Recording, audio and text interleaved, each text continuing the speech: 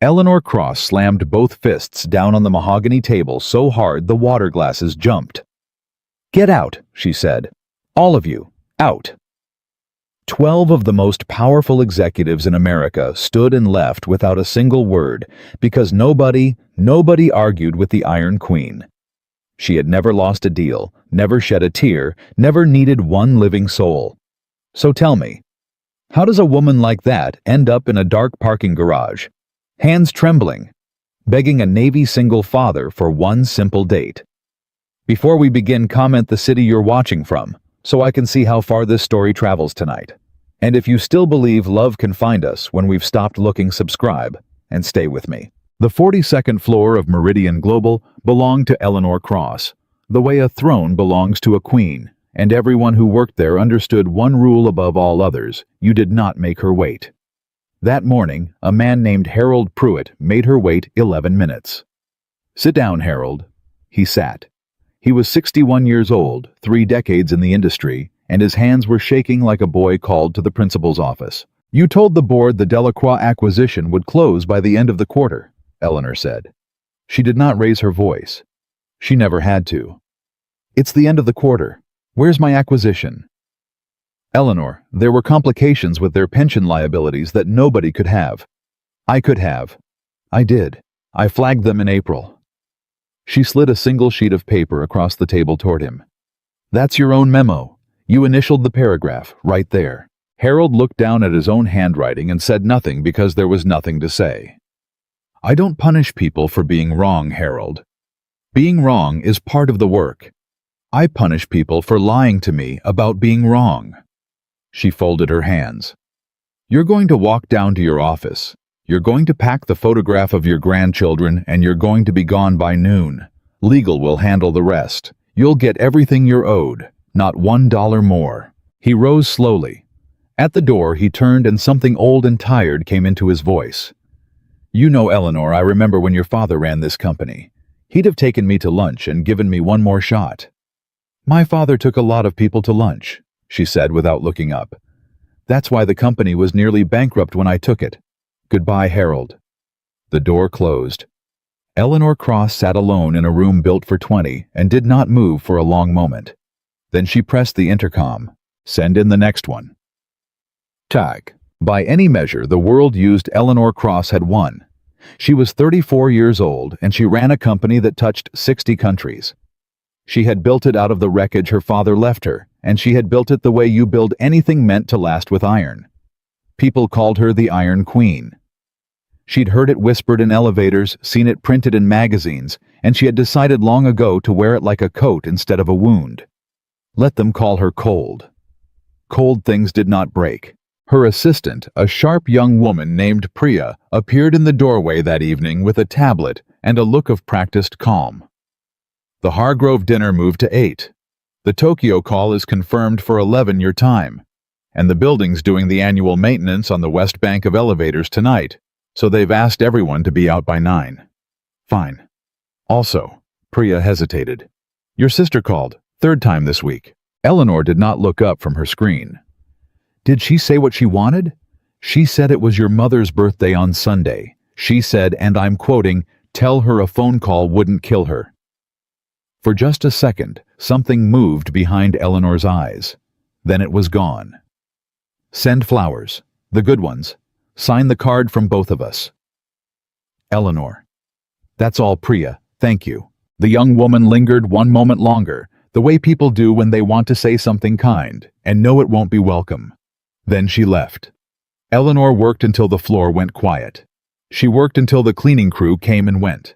She worked because work was the one thing in her life that never lied to her, never left, never looked at her with pity, and called it love. She did not know that evening that she had exactly 2 hours of the old life left.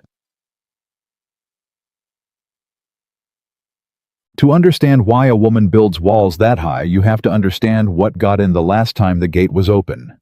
His name had been Trevor. Eleanor had been 26, and she had loved him the way you only love once before you learn better. He was charming, he was ambitious, and he told her every single day that he saw the woman underneath the last name, not the fortune attached to it. She believed him. She built her whole future on believing him. Then her father died. The company teetered, and the vultures began circling. And on the very worst night of her life, the night the banks called the loans, the night she sat on the floor of her office with the lights off, wondering if she'd lose everything her family built, she called Trevor.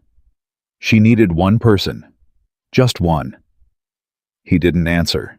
He didn't answer that night or the next morning, and when she finally reached him 3 days later, he was standing in the lobby of a competitor's building with a signed offer in his hand and a woman on his arm who had never smelled a day of trouble in her life.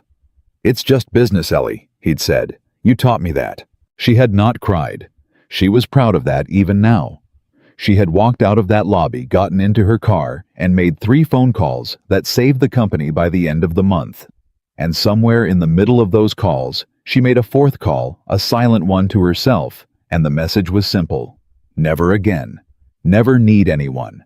Need is the door they walk through. She had kept that promise for 8 years. She was very, very good at keeping it.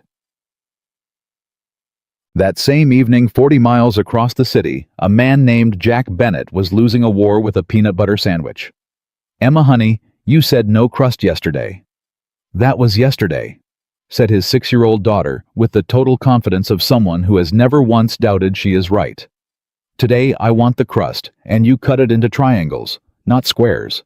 Triangles are faster." Triangles are faster. Everybody knows that, Daddy. Jack cut the sandwich into triangles. He was 35 years old, a lieutenant in the United States Navy, and he had led men through the kind of nights most people only saw in movies. And every one of those men would have laughed themselves sick to see him now down on one knee in a cramped kitchen, negotiating sandwich geometry with a girl who came up to his belt buckle. "Okay, lunch is packed. Backpacks by the door. Mrs. Alvarez is picking you up from school tomorrow because Daddy's got the late shift." The building job. The building job. Emma frowned. "I don't like the building job. You come home when I'm already sleeping." Jack sat down on the kitchen floor, so he was level with her, the way he always did when something mattered. "Hey, look at me. You know why Daddy takes the building job?" She recited it like a prayer she'd said 100 times. "Because Daddy's saving up." Saving up for what? For the trip.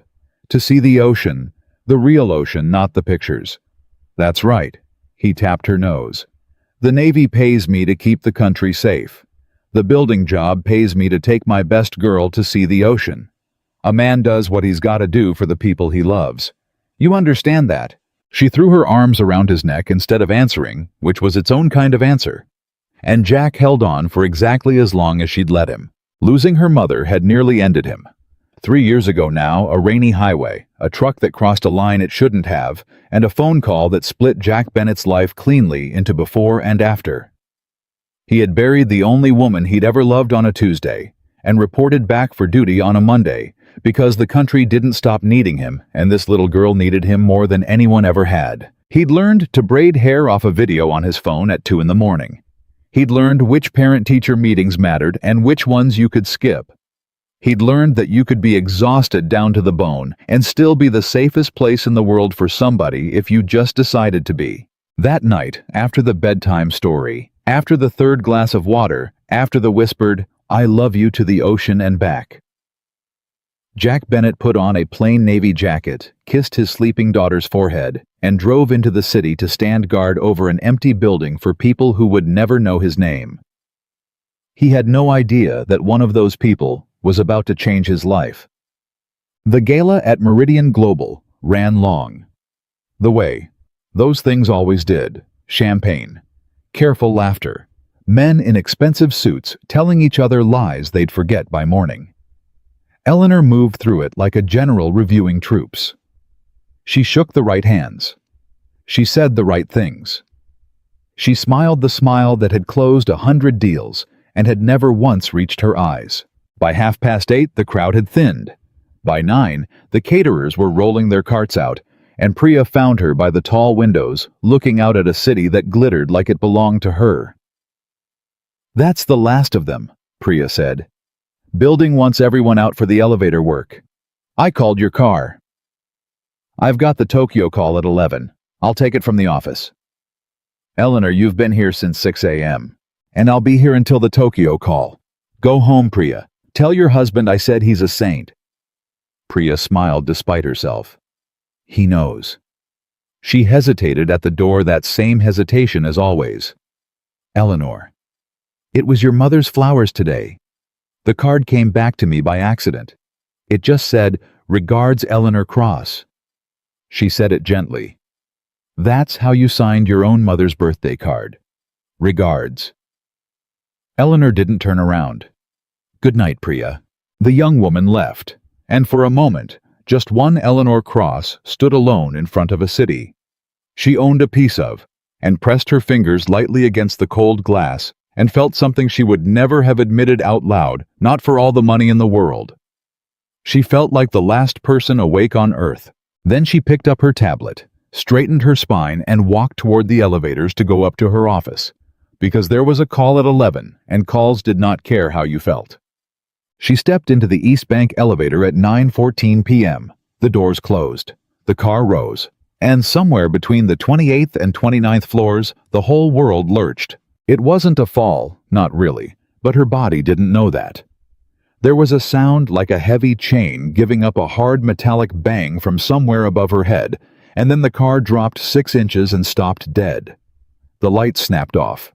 Half a second later, the dim red emergency bulb flickered on, painting everything the color of a bad dream. Eleanor's tablet hit the floor. She grabbed the rail with both hands. Okay, she said out loud to no one.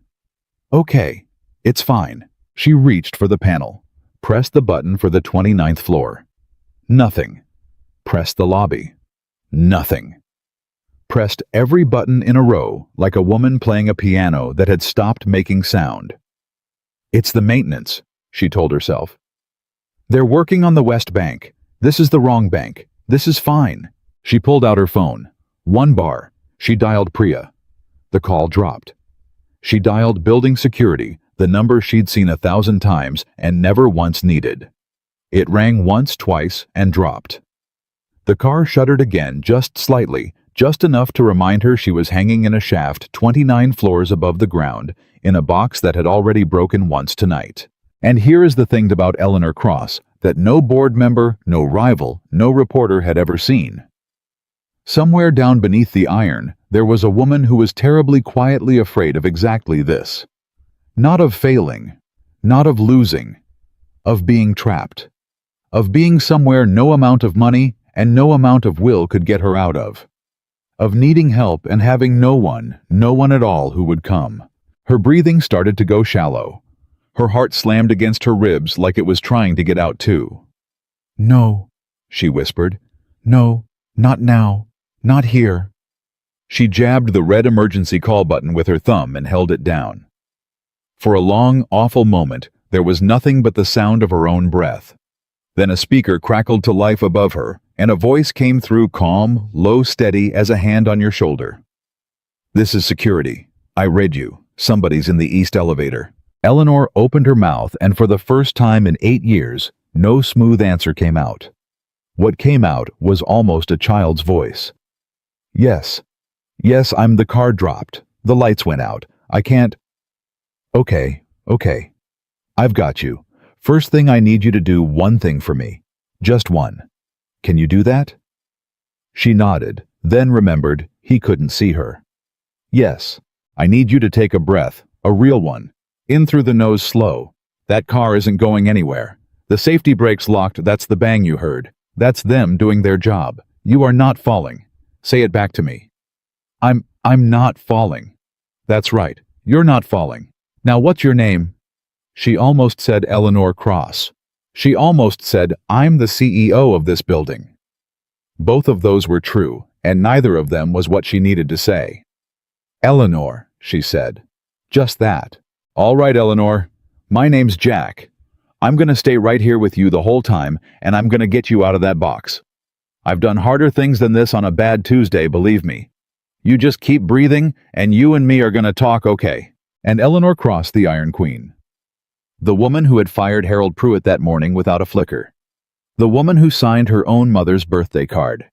Regards slid down the wall of a broken elevator, sat on the floor in a dress that cost more than that man made in a month, and pressed her palm flat against the metal panel like she could reach through it and hold on to the sound of his voice. "Okay, Jack," she said. "I'm here." He kept her talking. That was the first thing she noticed about him. He never let a silence get long enough to fill with fear. "Where are you, Eleanor?" "Sitting, standing." "Sitting, on the floor." "Good. Floor's the best seat in the house. Now I've called the elevator company's emergency line. They've got a tech coming. But it's a Friday night in this city, so I'm gonna be straight with you. Could be 40 minutes, could be more. So we're gonna get comfortable. You got someplace better to be."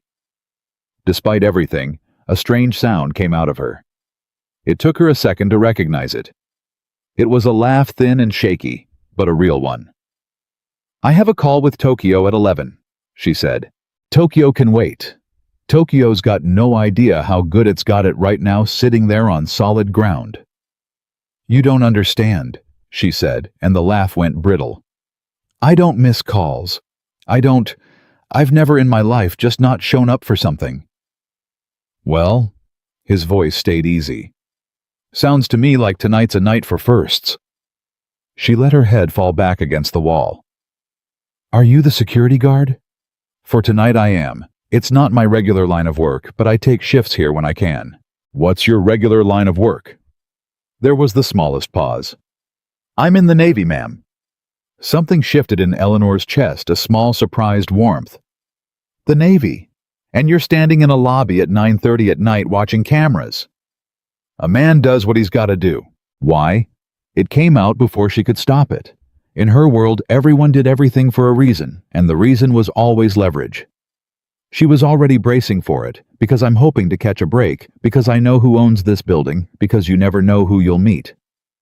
But Jack Bennett just said simply, "Got a little girl, 6 years old. I'm saving up to take her to see the ocean, the real one, not the pictures." Eleanor sat very still. "She's never seen the ocean. Not the real thing. Her mother passed a few years back and money's been well. It's been what it's been. But I made her a promise. And in my experience, ma'am, a promise to a 6-year-old is about the most sacred contract there is. She holds you to every word." Eleanor closed her eyes. She thought of the boardroom that morning. She thought of the pension memo, the initials Harold's grandchildren, in a cardboard box. She thought of the word, regards, in her own handwriting on her mother's birthday card. And here was a man standing in the dark, telling a stranger in a broken elevator that the most sacred contract he'd ever signed was a promise to show a little girl the ocean. "What's her name?" Eleanor asked. Her voice had gone soft in a way she didn't recognize. "Emma." "Emma," Eleanor repeated. "That's a good name." "It's the best name," Jack said, and she could hear him smiling. "Don't tell her I said any different."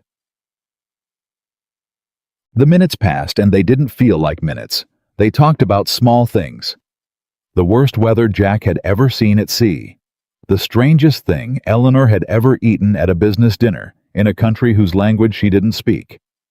He got her to laugh 3 more times. She stopped counting the shutters of the car. But somewhere in there the fear came back.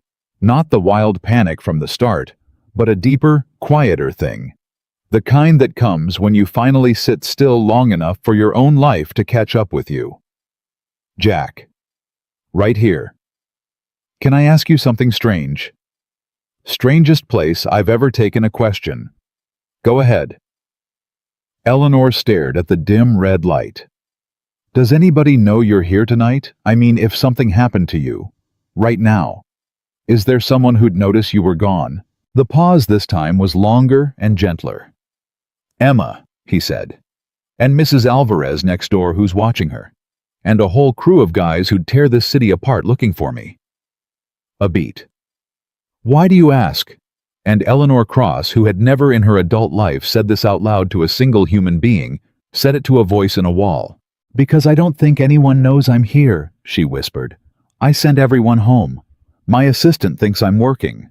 My sister stopped expecting me to call back.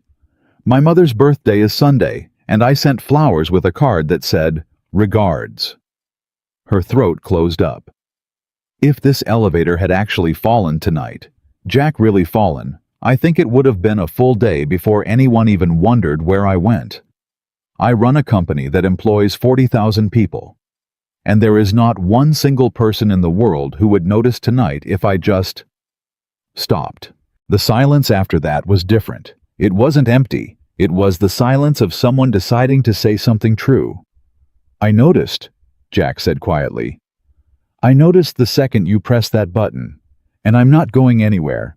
So whatever else is true, Eleanor, right now tonight in this exact minute, that thing you just said, it's not true anymore. Somebody knows exactly where you are, and he's staying right here. Eleanor Cross pressed her hand harder against the cold metal panel, and for the first time in 8 years behind a wall where no one could see her, and no one could use it against her, the Iron Queen put her forehead against her knees and let herself cry. She cried quietly the way people cry when they've forgotten how, and Jack didn't fill the silence this time. He just let her. Every so often he'd say low, "I'm here," and she'd nod against her knees, and he somehow always seemed to know she had. It took the technician 51 minutes to arrive, and another 20 to get the car moving. Jack narrated every step of it through the speaker. They're on the roof of the car. Now that clunk is the brake release. You're gonna feel it drop, maybe an inch. Don't let it scare you. That's a good sign. When the car finally settled at the 28th floor and the doors ground open, Eleanor Cross stood up, wiped her face with the back of her hand, smoothed her ruined dress, and walked out with her spine straight, because that much at least was still hers. A tired man in a rumpled navy jacket was waiting by the shaft. He was tall, broad through the shoulders, with a plain, honest face, and the kind of steady eyes that had clearly seen a great deal and decided to stay kind anyway. They looked at each other for a long moment. The voice had a face now, and the CEO had a tear-streaked one. "Jack," she said. "Eleanor?" He nodded like they were old friends who'd just crossed paths on a sidewalk. "You did great. Not everybody keeps their head like that. Most folks would have been climbing the walls." She almost laughed. She realized, exhausted in a way that had nothing to do with the hour. "I was climbing the walls. You just couldn't see it." "Nah." He shook his head. "I could hear it. You climbed them and then you sat back down. That's the part that counts." Now in her world, this was the moment. This was always the moment. The rescue was done, the favor was banked, and here came the ask, the promotion, the introduction, the business card pressed into her hand with a "if you ever need anything." She had been on the receiving end of that moment 10,000 times. She could see it coming, the way a sailor sees weather. She braced for it. She almost wanted it in a strange way, because it would make him ordinary, and ordinary was safe. "Well," Jack said, and reached into his jacket. "Here it comes," she thought. He pulled out a small flashlight and clicked it on, aiming it politely at the floor so it wouldn't blind her. "Stairs are safest tonight if you're up for it. Elevator's staying shut till the tech sign's off. I'll walk you down. It's a lot of steps in those shoes, but I'll go slow." That was it. That was the whole ask. Eleanor stood there in the red-lit hallway and looked at this man, this Navy officer moonlighting as a security guard, saving up nickels to show his daughter the ocean, who had just spent 70 minutes talking a stranger down off the ceiling of her own life, and realized he wanted absolutely nothing from her at all. Not a favor, not a card, not a thing. He'd just come to walk her down the stairs so she wouldn't fall. "You're not going to ask me for anything," she said. It wasn't a question. It came out almost bewildered. Jack looked genuinely confused. "Ask you for what?" "I don't know anything.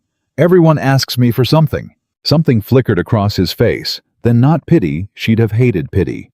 Something closer to sadness. "Ma'am," he said gently, "I just spent the last hour listening to a person tell me she didn't think a single soul on earth would notice if she disappeared. I don't want a thing from you." He clicked the flashlight toward the stairwell door. "I just want to make sure you get home safe. That's the whole job." And Eleanor Cross, who could read a balance sheet in the dark, who had never in her adult life met a want she couldn't decode, stood completely still because she did not have a single file in her whole vast mind for a man like this. "Okay," she said finally, and her voice cracked right down the middle. "Okay, Jack, walk me down." He walked her down 28 flights of stairs going slow, staying one step below her the whole way, so that if she stumbled in those ruined shoes, he'd be there to catch her. He talked the whole time, easy, unhurried, about nothing at all. Emma's obsession with triangles, the way the ocean sounds different at night. A joke about the shoes that made her laugh so hard she had to stop on the 14th floor landing and hold the rail. When they reached the lobby, her car was long gone, dismissed hours ago. Jack didn't hesitate. He walked her out to the curb, waited with her while she called for another, and stood there with his hands in his pockets under the streetlight until it pulled up, because you don't leave someone alone on a dark street at 11 at night.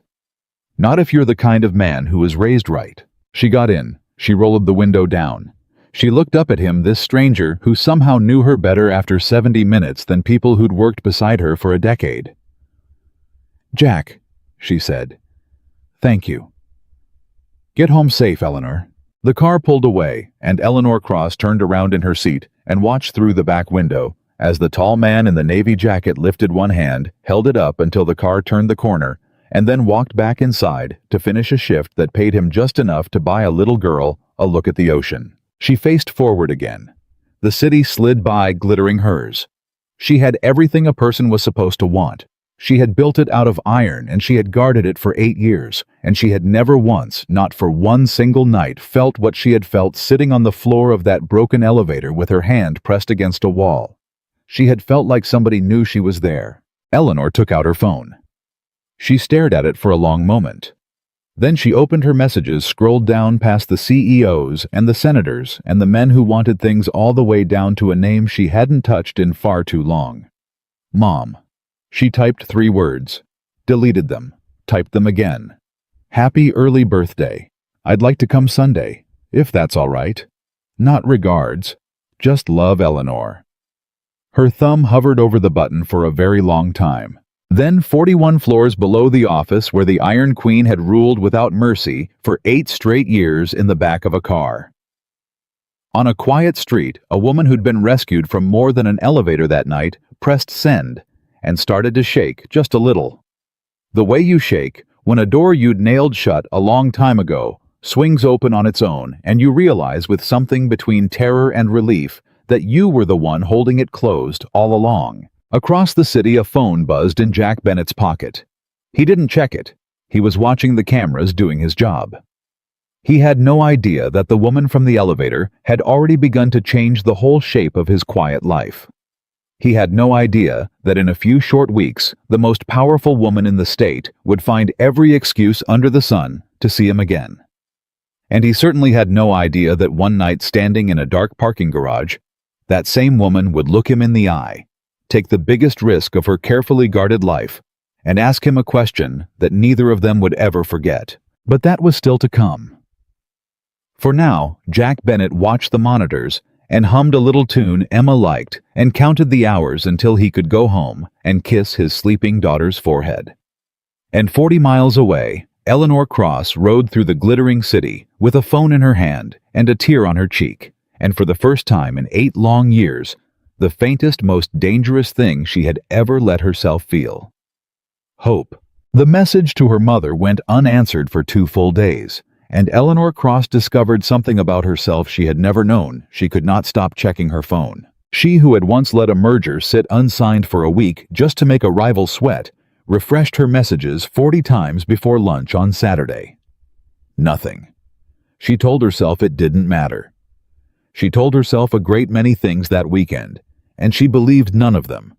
And on Sunday morning, she got dressed 3 separate times before finally driving out to the small house in the suburbs where she had grown up and where her mother still lived. Her sister answered the door. Grace was 2 years younger, softer in every way that mattered, and when she saw Eleanor standing on the step in a cashmere coat holding a bakery box, her mouth actually fell open. "You came." "I said I would." "You never come. You sent flowers. You sent a card that says—" "I know what the card said," Eleanor cut in. "That's sort of why I'm here." Their mother appeared in the hallway behind Grace, thinner than Eleanor remembered. her hair gone fully silver now, and for a moment the two women just looked at each other across a distance that had nothing to do with the 6 feet of doorway between them. "Eleanor," her mother said. "Happy birthday, Mom." And then her mother crossed the hall and put her arms around her oldest daughter, and Eleanor stood stiff for exactly 1 second before something in her simply gave out, and she hugged her mother back so hard that the bakery box crushed against both their chests, and neither of them cared. Later at the kitchen table, with coffee going cold in front of them, her mother reached across and took Eleanor's hand. "What happened to you?" "What do you mean?" "I mean something happened. I know my daughter. 8 years I've watched you turn to stone a little more every year, and I stopped hoping. And now you show up on my doorstep looking like—" She squeezed her hand. "Looking like you did before your father died. Like there's a person in there again. So, what happened?" Eleanor looked down at the table. She thought about lying. It was second nature, the easy deflection, the change of subject. Instead, she said quietly, "I got stuck in an elevator." Grace laughed, then stopped when she saw her sister's face. 29 floors up," Eleanor went on. "Everything went dark, and I've never told anyone this, but she made herself say it. I'm afraid of that, of being trapped, of needing help and having no one come." She turned her coffee cup slowly in its saucer. "And a man came, a stranger, and he talked to me for over an hour, and he didn't want anything from me. He didn't even know who I was. He just—" Her voice caught. "He just stayed. And I sat on the floor of that elevator and I realized I couldn't remember the last time somebody stayed." Her mother said nothing. She just held on to her daughter's hand. "His name is Jack," Eleanor said. "He's in the Navy. He's got a little girl. He's saving up to take her to see the ocean." She laughed, but it came out wet. "The ocean, Mom. That's the biggest thing he wants in the world, to show his kid the ocean. And I've got a house on the water I've slept in twice." Grace and her mother exchanged a glance across the table, the kind of glance sisters and mothers pass without a word. "So," her mother said carefully, "when are you going to see him again?" Eleanor blinked. "I'm not. Why would I?" "He was working a shift. It was one night." "Eleanor." Her mother's voice was gentle, but it had a floor under it. "You drove 40 minutes and hugged me for the first time in 3 years, because a man you talked to through an elevator wall for 1 hour reminded you that you're a human being. And you're telling me you're not going to see him again." Eleanor opened her mouth, closed it. For the first time in a very long time, the Iron Queen had no answer ready. That was the beginning of it. Though she would not have admitted it, and did not admit it even to herself for several more days.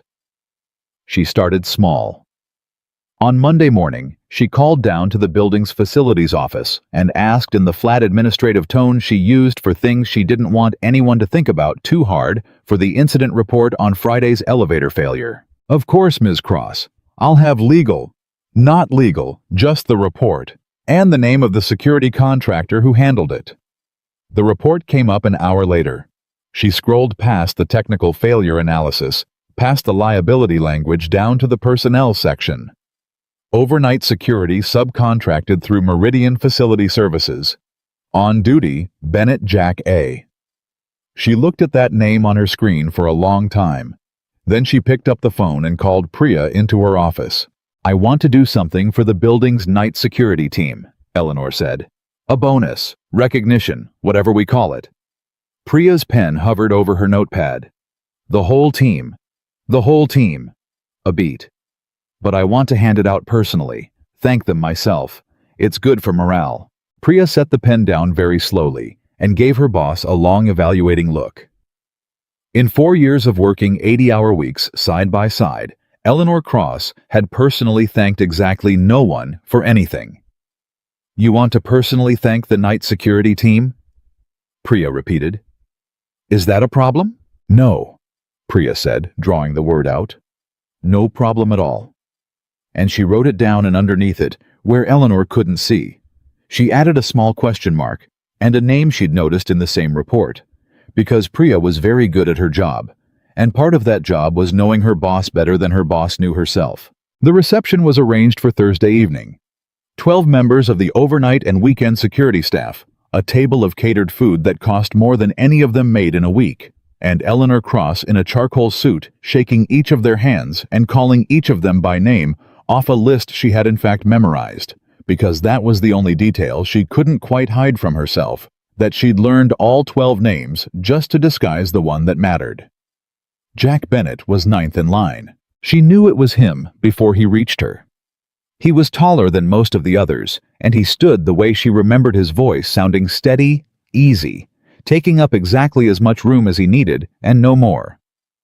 He wore a plain suit that had been pressed with obvious care, and when he got to the front of the line and saw her face, recognition broke across his own like sunrise. "Well, I'll be," Jack said quietly. "The elevator. Eleanor Cross," she said, offering her hand, and watched the second piece of it land. "Cross." He glanced up at the wall behind her where the company's name was etched in steel. "Cross like the building." "Yes."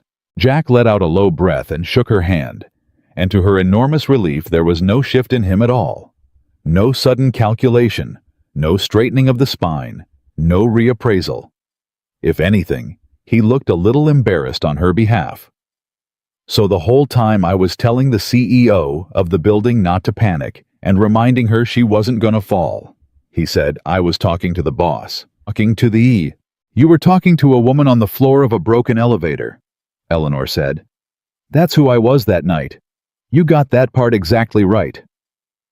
Something passed between them, brief and warm, and then Priya was at her elbow with the next name, and the moment was over, and Jack Bennett moved down the line with his little envelope of thanks, and Eleanor spent the rest of the reception smiling at 11 other people, and knowing precisely where in the room he was standing at every second. She caught him at the end by the elevators of all places. "You did great, by the way," she said. "That night.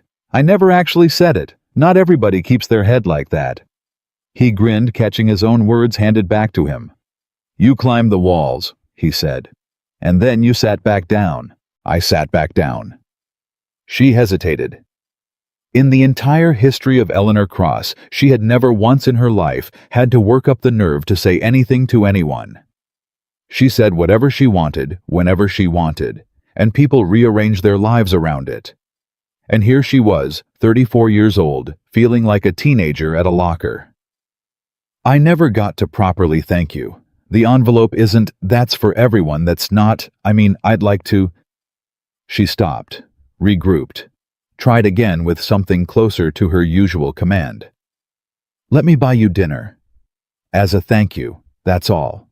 Jack's grin faded into something more careful. "Not cold, never cold, but careful." "That's real kind of you, Ms. Cross." "Eleanor. Eleanor. But you don't owe me a dinner. You don't owe me anything. I did my job." "It wasn't your job to stay on that speaker for 70 minutes when you could have just told me a tech was coming and gone back to your monitors." "Sure it was." "No," she said. "It wasn't. I've read the training manual. I own the company that wrote it." A ghost of a smile. "You went off script, Jack, for a stranger. So let me buy you a dinner." He looked at her for a long moment, and she could see him weighing it, and she could see too the exact thing he was weighing, not whether he wanted to, but whether he should, and the difference between those two things told her more about the man than any file ever could. "I've got Emma," he said finally. "Weeknights I'm with my daughter, and weekends I pick up shifts here. There's not a lot of dinners in my week that don't have a 6-year-old at the table asking for triangles." "Then bring her," Eleanor said, and surprised herself completely. Jack blinked. "Bring her. Bring Emma. I'd like to meet the girl who's holding you to the ocean." She said it lightly, but underneath the lightness, her heart was going like a hammer, because she had just without any plan whatsoever invited a child she'd never met to dinner. And she had no earthly idea why, except that the thought of it made something in her chest ache in a way she hadn't felt in years. Jack studied her. Whatever he saw, it seemed to settle something. "She's a handful," he warned. "I run a company of 40,000 handfuls." That got a real laugh out of him. "All right, Eleanor Cross," he said. "All right. Dinner. but someplace with crayons on the table, or Emma's gonna stage a mutiny, and I promise you she's got the temperament for it." "I'll find crayons," Eleanor said, and meant it more seriously than she had meant anything in years. The restaurant she chose had crayons. It also had, she made very sure, none of the people from her world, no press, no executives, no one who would look at Eleanor Cross sitting across from a Navy officer and a little girl and start doing arithmetic. She arrived early. She who kept ambassadors waiting arrived 15 minutes early and changed seats twice. Jack came in holding his daughter's hand, and Emma Bennett walked into the restaurant like she owned it. She was small and dark-haired and had her father's steady eyes, and she stopped in front of Eleanor's table and looked her up and down with the frank, ruthless assessment only a 6-year-old can manage. "Are you the elevator lady?" "Emma," Jack said. "Daddy said a lady got stuck in an elevator and he talked to her so she wouldn't be scared. Is that you?" Eleanor found herself sitting up a little straighter, as though being evaluated by someone whose opinion actually mattered. "That's me," she said. "I was very scared. Your dad was very brave." Emma considered this.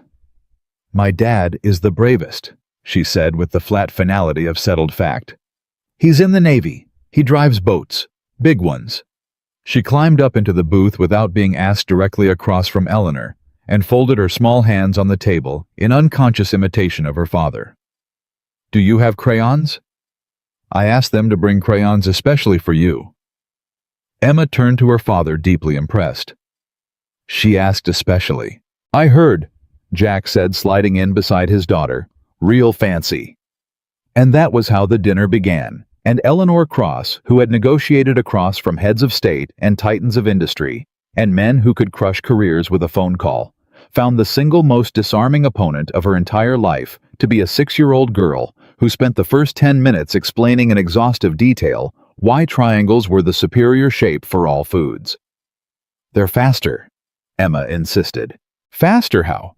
Eleanor asked, genuinely curious. "The point goes in first," Emma demonstrated with a breadstick. "See, a square is all—" She made a blunt shoving motion.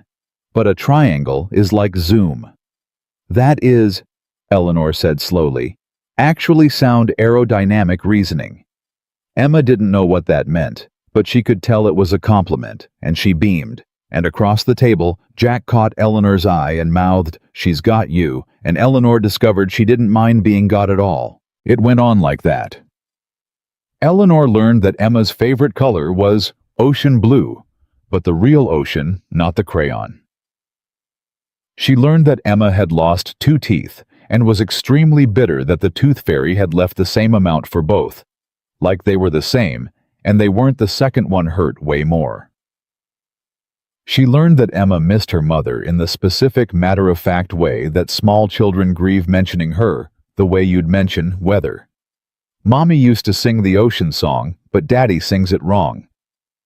And that Jack absorbed each of those mentions with a small practiced steadiness that told Eleanor he had built his whole life around never letting his daughter see how much each one cost him. And she learned watching them the thing she had really come to see. She watched Jack cut Emma's food without being asked and slide the vegetables to the part of the plate the girl would actually eat from.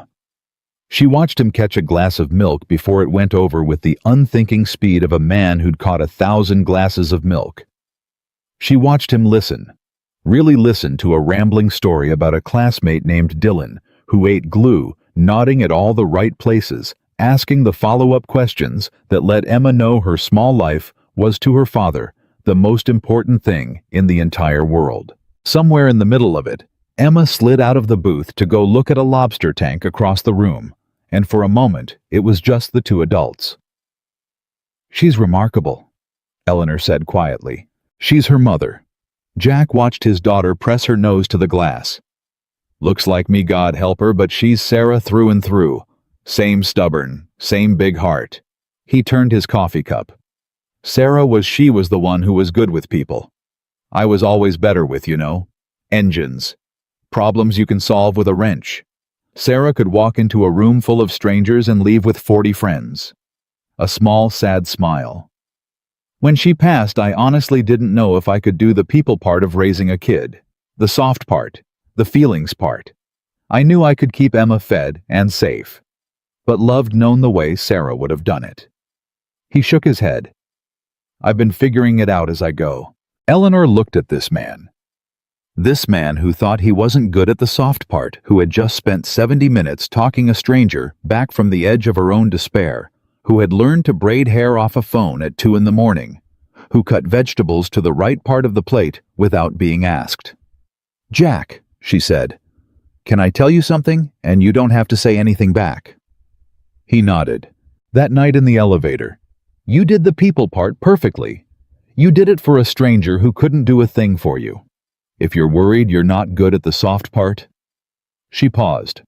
You should know you're better at it than anyone I've ever met. And I've met a lot of people who are supposed to be good at it professionally.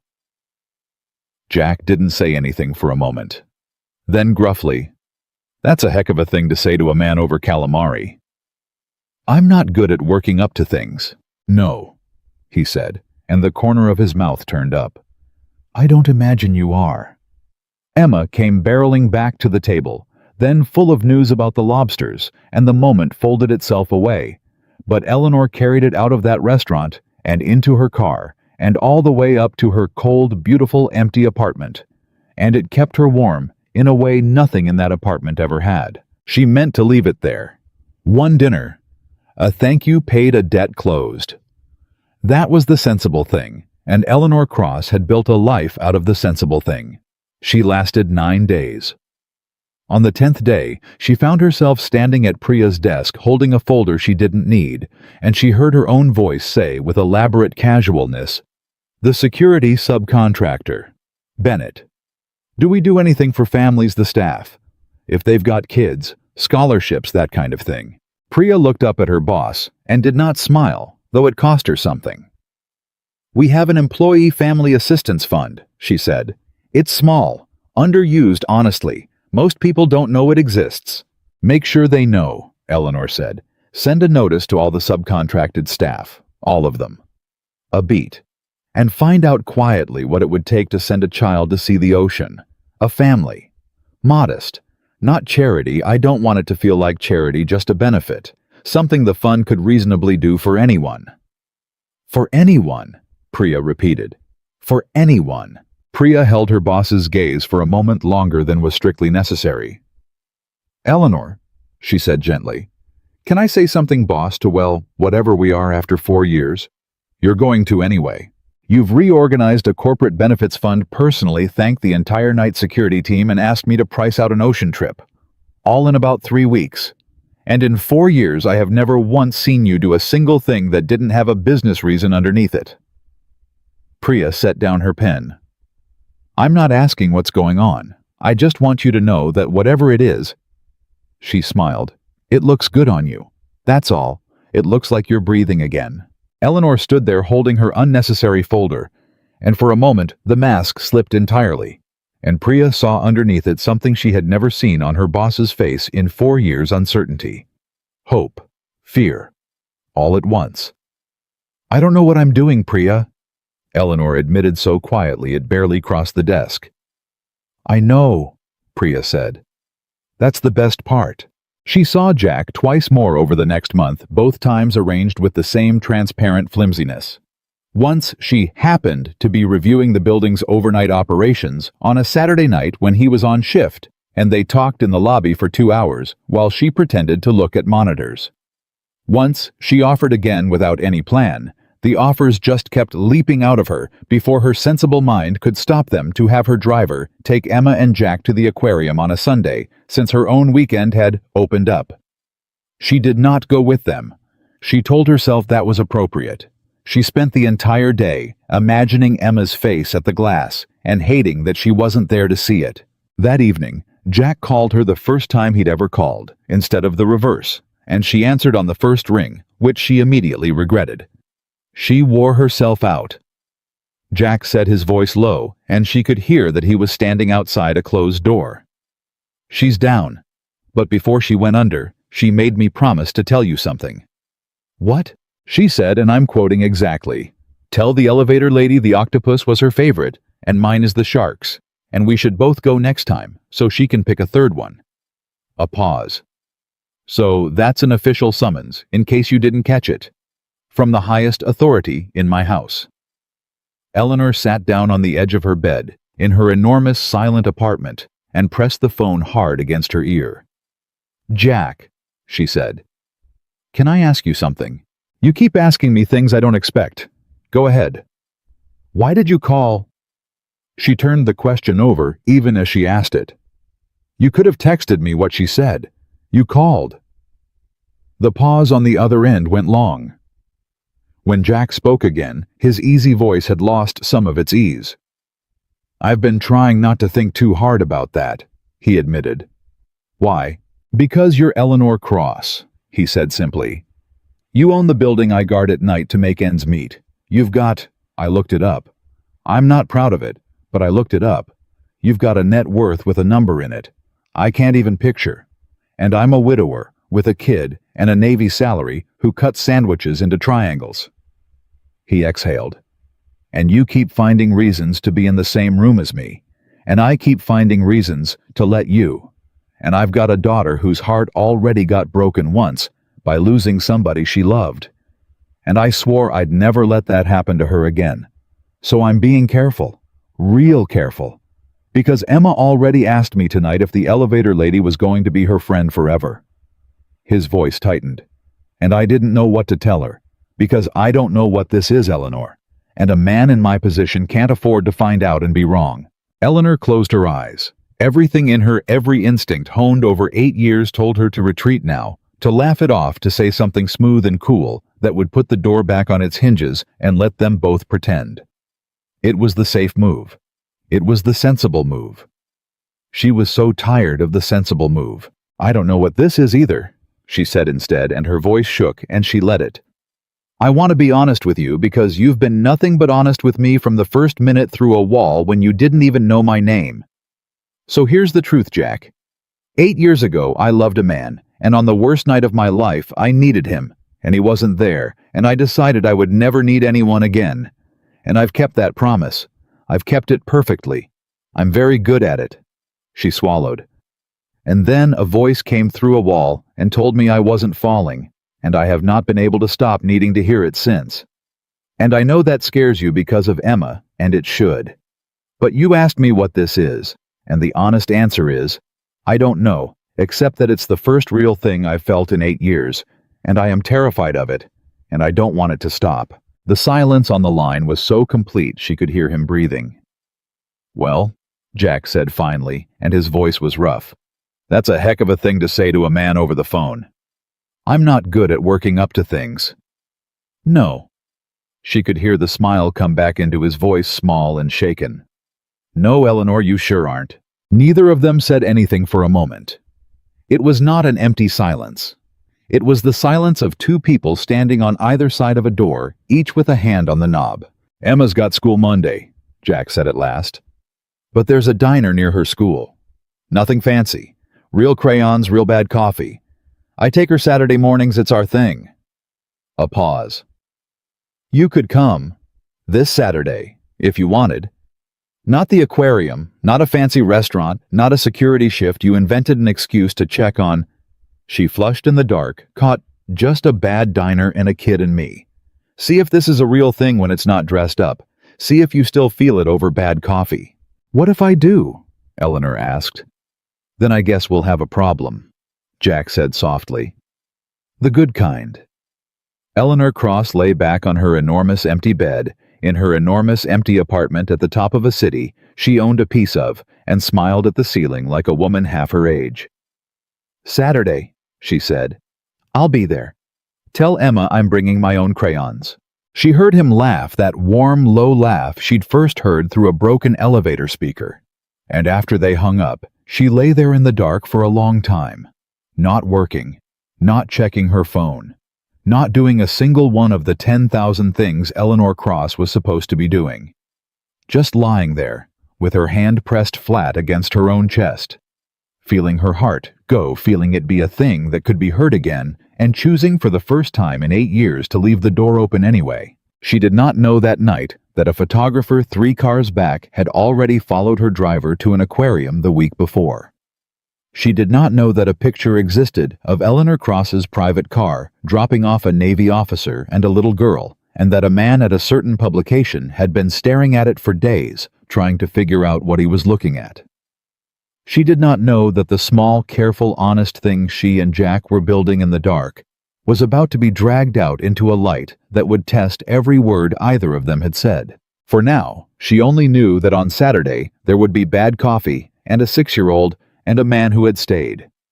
And for the woman who once had everything, except that it was that night, the whole world. Saturday morning came and Eleanor Cross walked into a diner that smelled like burnt coffee and bacon grease, wearing jeans she'd had to dig out of the very back of her closet because she couldn't remember the last time she'd worn any, and she felt more exposed than she had in any boardroom in her life. Emma spotted her first. She came, the girl announced to the entire diner standing straight up in the booth. "Daddy, she came and she has jeans. I didn't know she had. Jeans, I thought she only had suit clothes." Emma, sit down inside voice.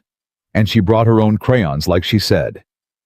Eleanor slid into the booth across from them, held up a small box of crayons, and said with great dignity, "A deal's a deal." Jack was looking at her in a way she hadn't seen before.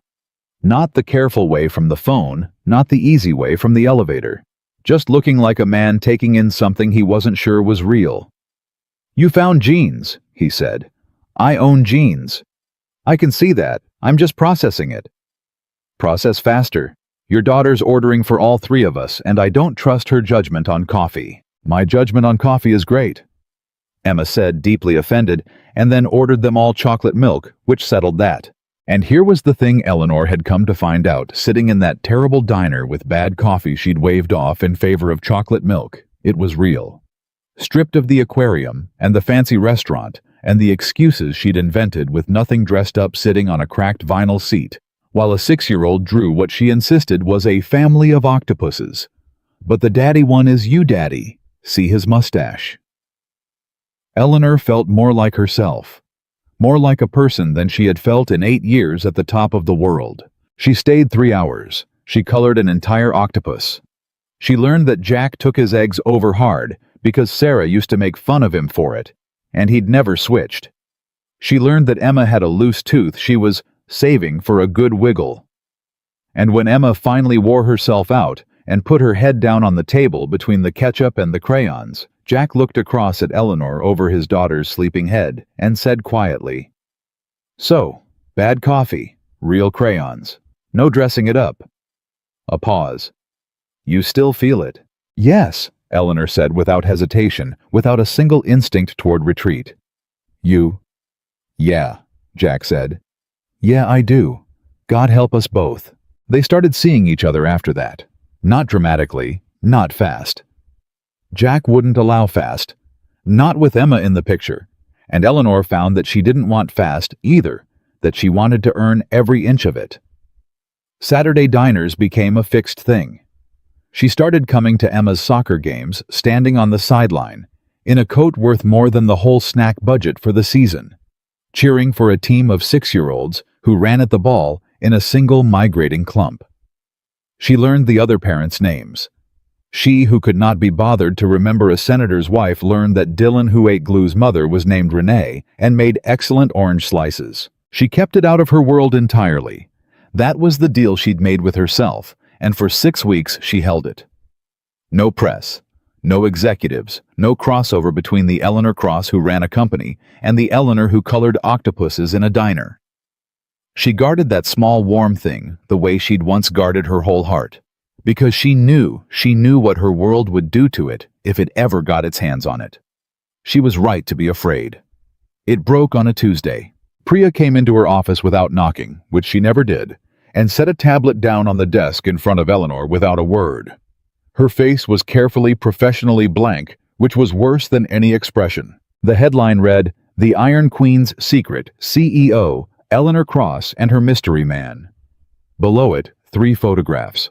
Eleanor's private car outside the aquarium. Eleanor on the sideline of a soccer field, laughing at something unguarded in a way no photo of her had ever captured. And the worst one, the one that made her stomach drop. Eleanor, Jack, and Emma walking out of the Saturday diner, Emma between them holding both their hands swinging.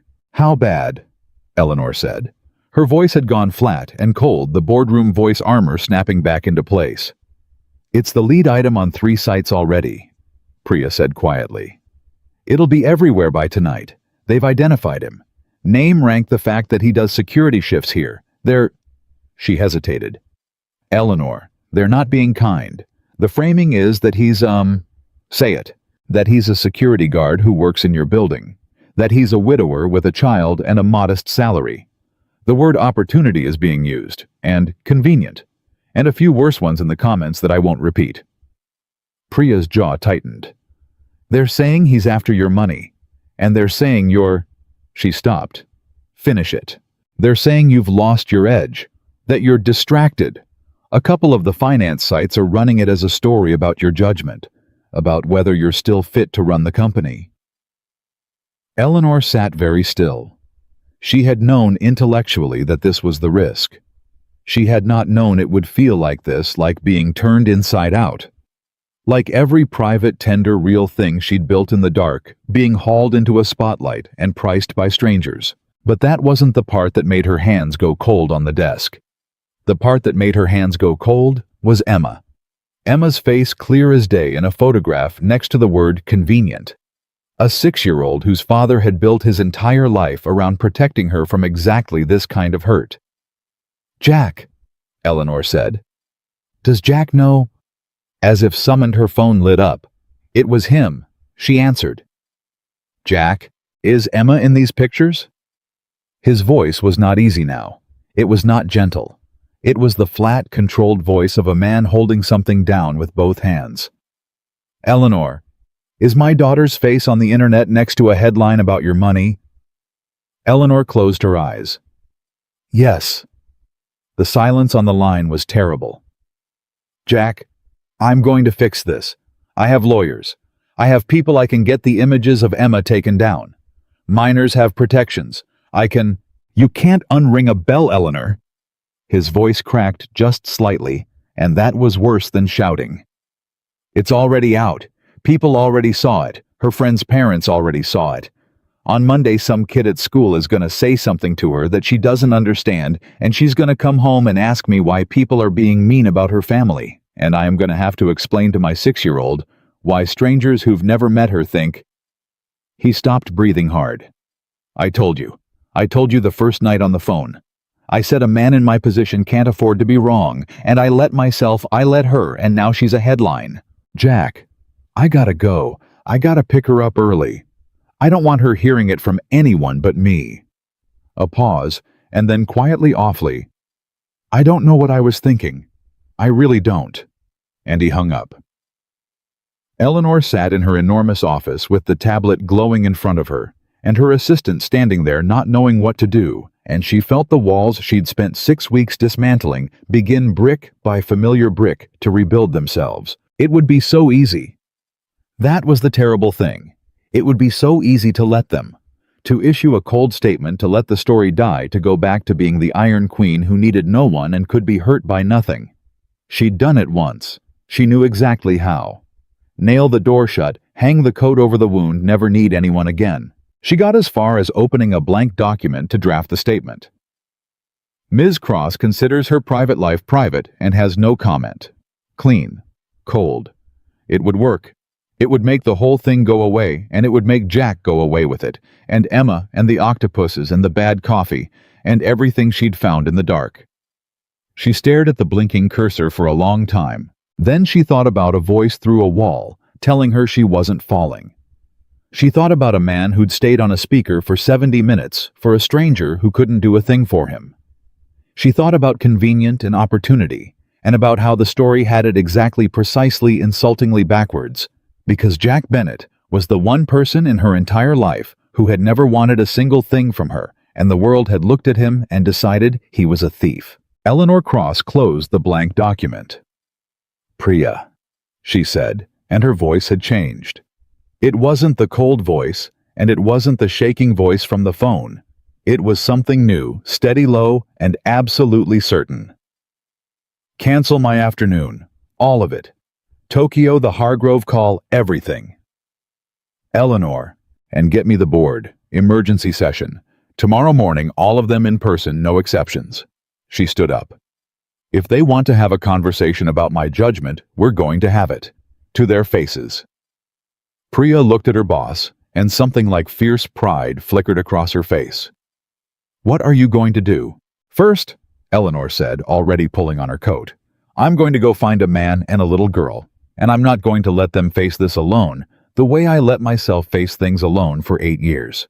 And then tomorrow, I'm going to walk into that boardroom and remind a room full of men that I built this company out of my father's ashes, when every one of them said a woman couldn't, and that not one of them gets to tell me who I'm allowed to love. She got Jack's address from the personnel file she'd read a dozen times and never used. She drove herself, she didn't want a driver, didn't want anyone, just her, and she stood on the step of a small house 40 miles from her cold apartment and knocked on the door with her heart in her throat. Jack opened it. He looked 10 years older than he had on Saturday. Behind him, from somewhere in the house, she could hear a television and the small, ordinary sounds of a child. You shouldn't be here, he said quietly. If somebody followed you, I checked, twice. I've gotten good at spotting them this week. She stayed on the step. Jack, I'm not coming in unless you want me to.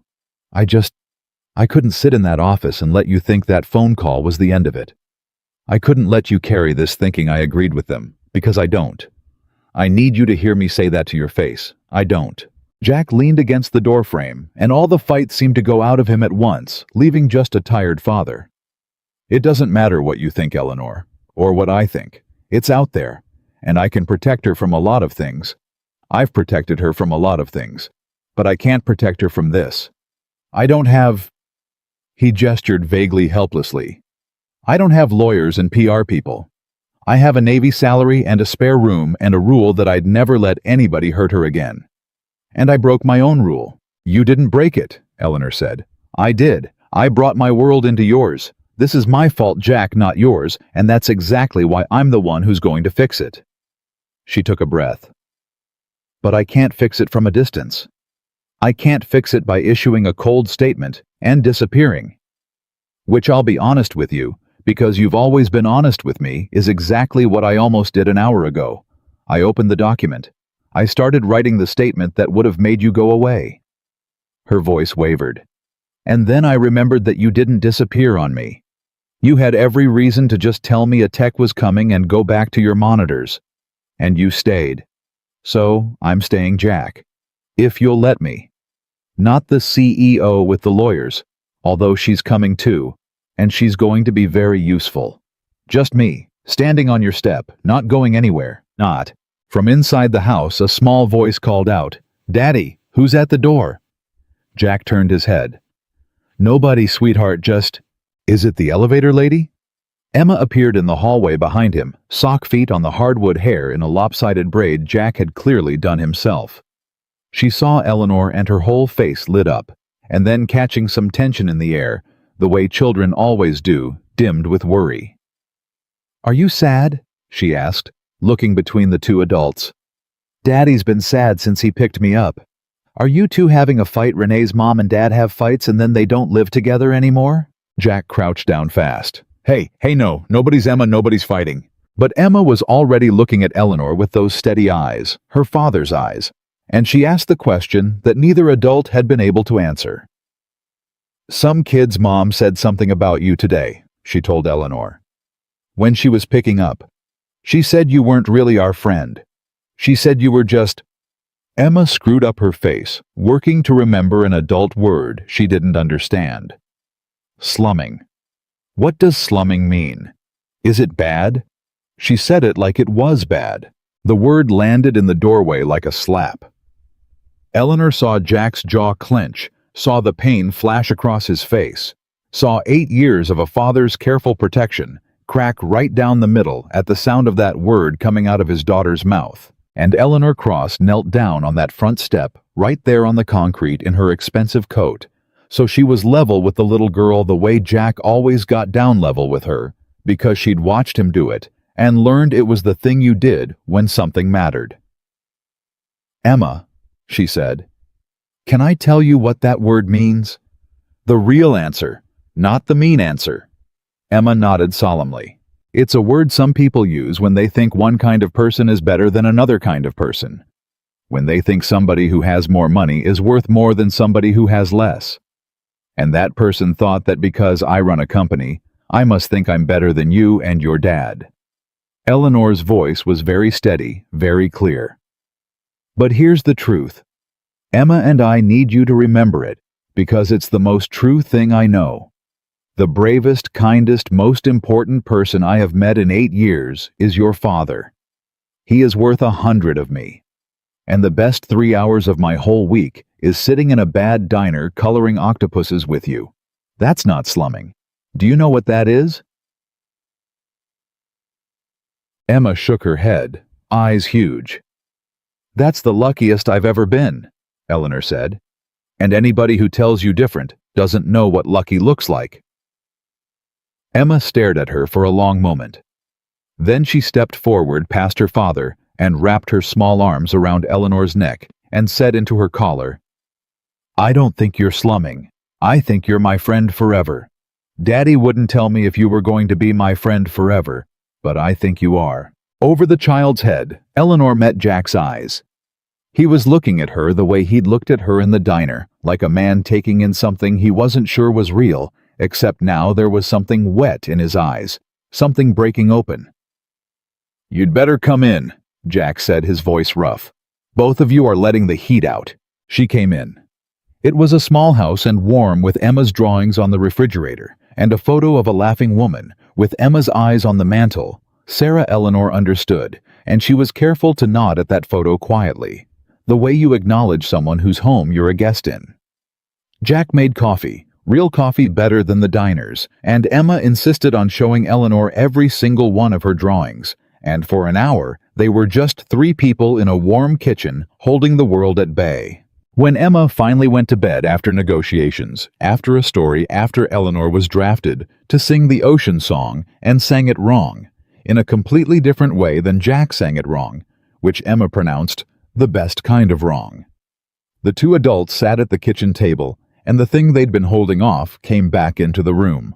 I meant what I said on the step, Eleanor said quietly. I'm going to fix the part that can be fixed.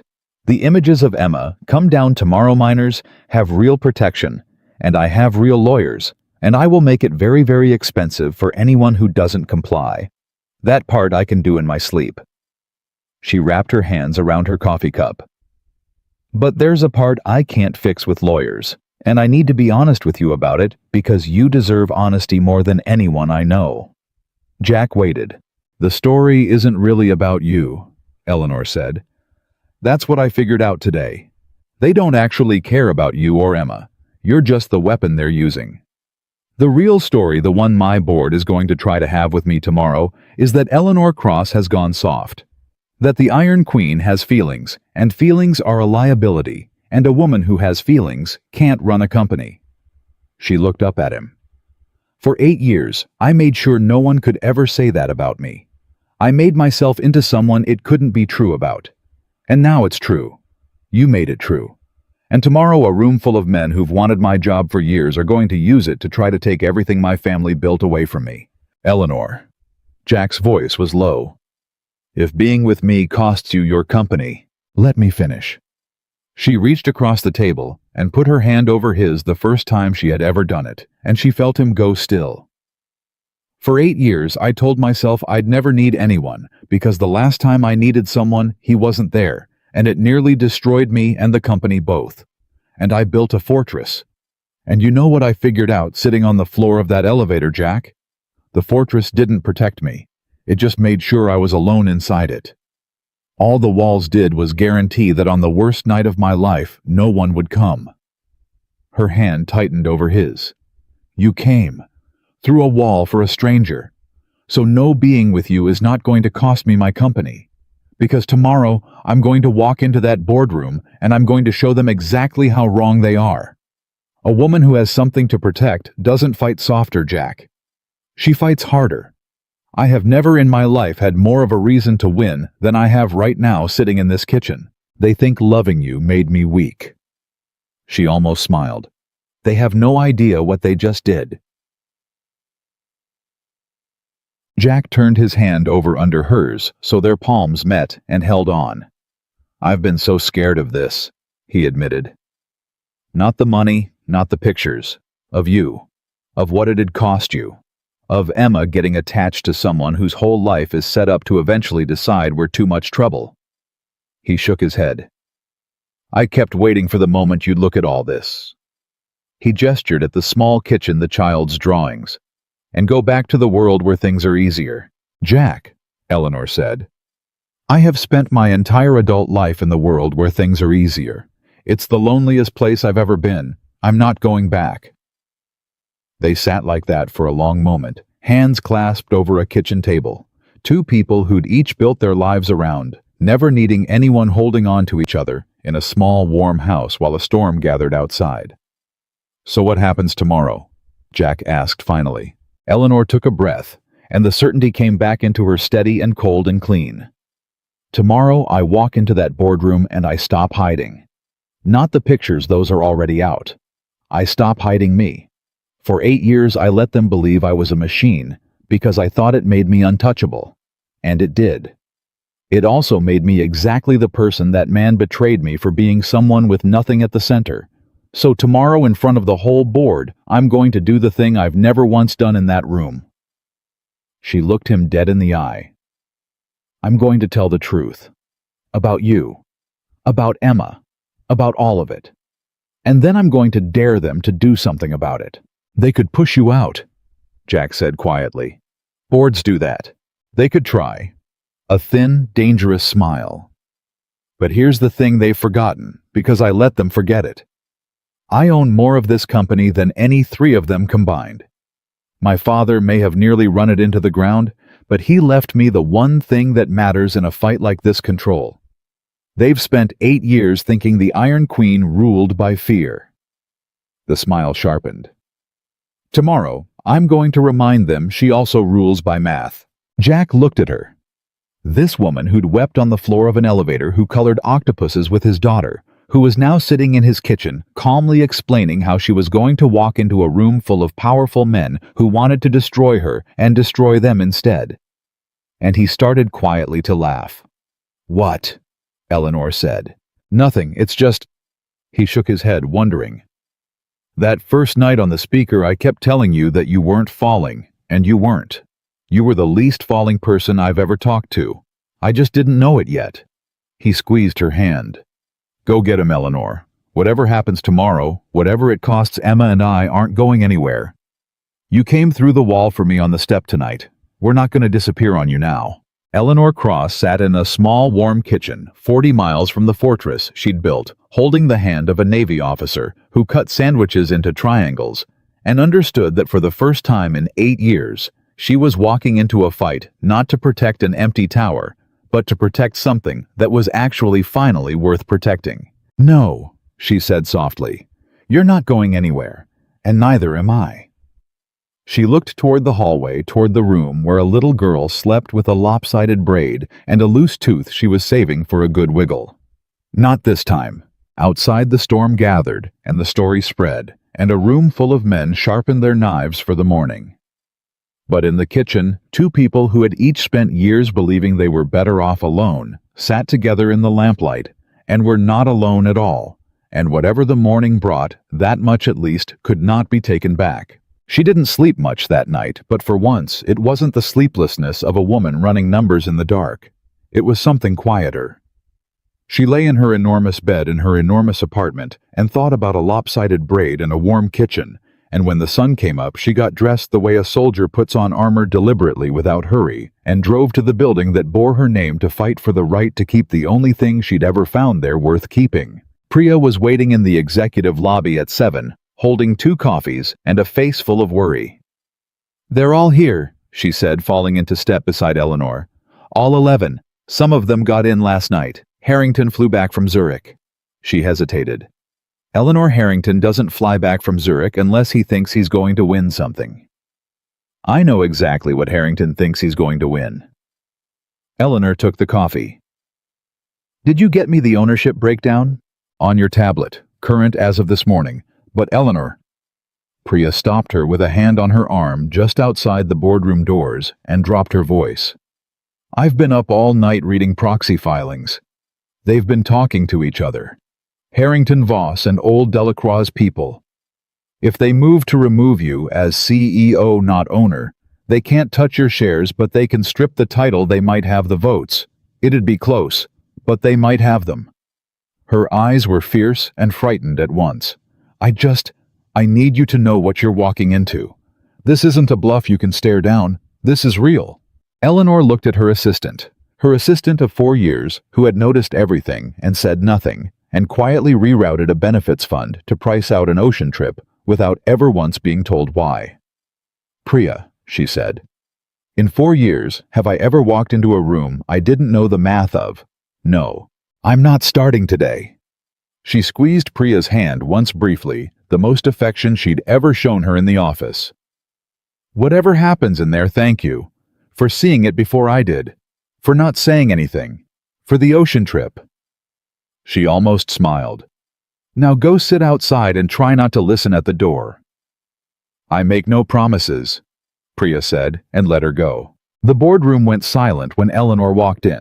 11 of them around the long table, and she could read the room the way she'd always been able to read a room. Harrington at the far end, with the still satisfied stillness of a man who thinks he's already won. Voss beside him, not meeting her eyes. The Delacroix representatives clustered like they'd rehearsed, and scattered among them a handful of faces that were simply uneasy board members who had no appetite for a coup but weren't sure how to stop one. Eleanor did not sit at the head of the table. She noticed that some of them noticed. She set her coffee down and her tablet, and she remained standing, and she let the silence stretch until it belonged to her. "I know why you're here," she said finally. "So let's not waste a beautiful morning pretending this is about anything else. You've seen the photographs, you've read the stories, and some of you," her eyes moved unhurried to Harrington, "have decided this is the opening you've been waiting 8 years for. So, let's have it. Who wants to go first?" For a moment, no one moved. Then Harrington leaned back in his chair, unbuttoned his jacket, and smiled the smile of a man who's brought a longer knife. "Since you're being so refreshingly direct, Eleanor, I'll match you." His voice was smooth, reasonable. The voice of a man who'd spent 40 years making terrible things sound like common sense. "Nobody in this room cares who you spend your evenings with. Truly, your personal life is your own." He spread his hands.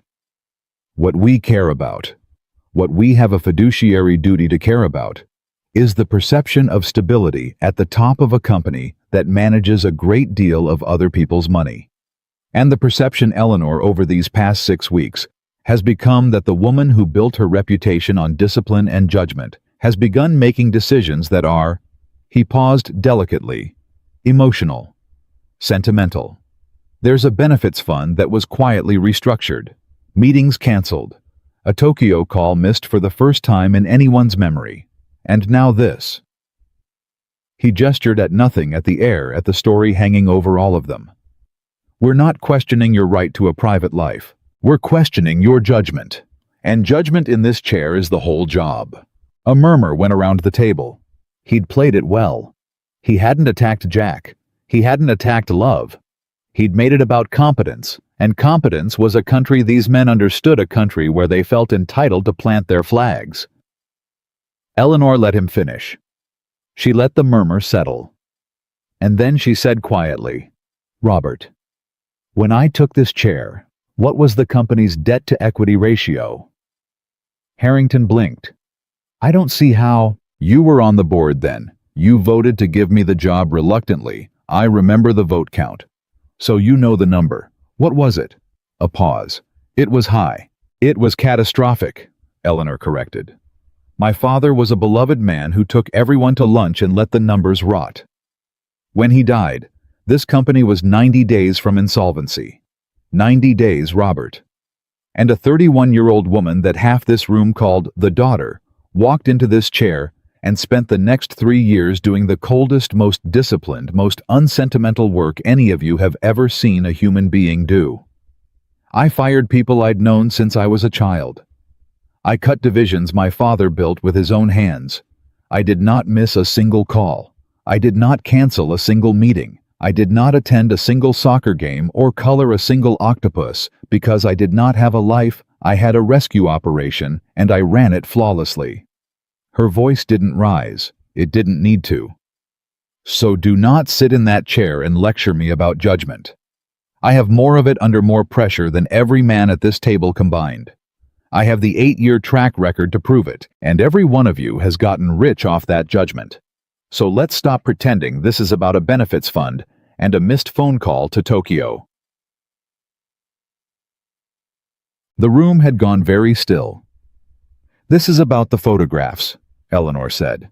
So let's talk about the photographs. Let's talk about the man in them. She touched her tablet and the screen on the wall came to life, not with a financial chart, which was what these men were built to fear, but with a single photograph. The one from the diner. Eleanor, Jack, and Emma walking out into the morning, the little girl swinging between them, holding both their hands. His name is Jack Bennett, Eleanor said. He's a lieutenant in the United States Navy. He's served this country for 15 years. 3 years ago, his wife died in a car accident and left him alone with a 6-year-old daughter, and rather than fall apart, he learned to braid hair off a video at 2 in the morning and works overnight security shifts in this building, the one with my name on it, to save up enough money to take that little girl to see the ocean, which she has never seen. Because on a Navy salary with a child after a funeral, the ocean is a luxury. She let that sit. 6 weeks ago, an elevator in this building malfunctioned and trapped me 29 floors up in the dark. And I want to tell you all something I have never told anyone in this room, because you've built your entire understanding of me on not knowing it. I was terrified, not annoyed, not inconvenienced. Terrified. I have a fear of being trapped that goes back further than any of you have known me. And I sat on the floor of that elevator, and I was as helpless and frightened as any human being I've ever been in my life. And do you know who stayed with me? Who talked me through it for 70 minutes when his job required about 90 seconds of his attention? Who did it without knowing my name, without knowing I owned the building, without any possible thing to gain? She looked around the table face by face. Jack Bennett, the man you've spent the last 24 hours letting the world call a gold digger, a man who did not know he was talking to Eleanor Cross, who thought he was talking to a woman named Eleanor who was scared on the floor of an elevator. And he stayed. Her voice caught just slightly, and for once she let it. Do you know what he asked me for at the end of the night when he found out who I was? Nothing. He asked me for nothing. He walked me down 28 flights of stairs so I wouldn't fall in my heels, and he waited with me at the curb until my car came because he didn't want to leave a person alone on a dark street. And then he went back inside to finish a shift that pays $18 an hour. The photograph glowed on the wall. Emma mid-swing laughing. You want to talk about my judgment? Eleanor said. Here is my judgment. In 8 years at the top of this company, surrounded by the most powerful, most educated, most successful people in this country, I met exactly one person who wanted nothing from me. One. And when I found him, I did not run a cost-benefit analysis. I did not consider the optics. I did the single most rational thing a human being can do when they finally find something real after 8 years of drowning in things that aren't. She looked at Harrington. I held on. If your definition of good judgment is a woman who would let go of the only real thing she's found in a decade because a man in Zurich was worried about optics, then no, Robert. I don't have that judgment. I never will.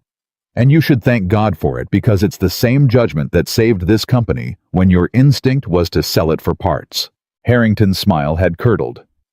This is very moving, Eleanor. Truly. But sentiment isn't a governance strategy. The market doesn't care that he's a nice man. The market cares about the market. Eleanor cut in, is going to care about exactly what we tell it to care about, because we're going to control the story the way we control every story. And here is the story we're going to tell. She touched the tablet again, and the photograph was replaced by text, a headline mocked up in the company's own communication style. Tomorrow morning, this company issues a statement, not a defensive one, a proud one. Eleanor Cross confirms she is in a relationship with Lieutenant Jack Bennett, a decorated Navy officer, and single father. The company announces the launch of the Bennett Fund, a permanent scholarship and family support program for the children of service members and first responders, chaired personally by the CEO. First initiative. No child of a service member in our network goes without seeing the ocean at least once. We turn the weapon they built into the best piece of press this company has had in 5 years. We don't hide from the story. We own it. We make it ours. The uneasy faces around the table, the ones who'd never wanted a coup, began subtly to shift. She could see it happening. She'd given them something to grab onto that wasn't a fight. "You're spinning it," Harrington said, but there was less iron in it now. "I'm leading it," Eleanor said. "There's a difference, and it's the difference between a CEO and a caretaker, and it's the reason I have this chair, and you don't." She let that land. Then she softened, just slightly, because she'd learned something in a warm kitchen the night before about the difference between winning and destroying. "Robert, I know you think I've gone soft. I want to address that directly because it's the real fear in this room, and it deserves a real answer." She placed both hands flat on the table and leaned in. "You're right that something in me changed 6 weeks ago. I'm not going to pretend it didn't.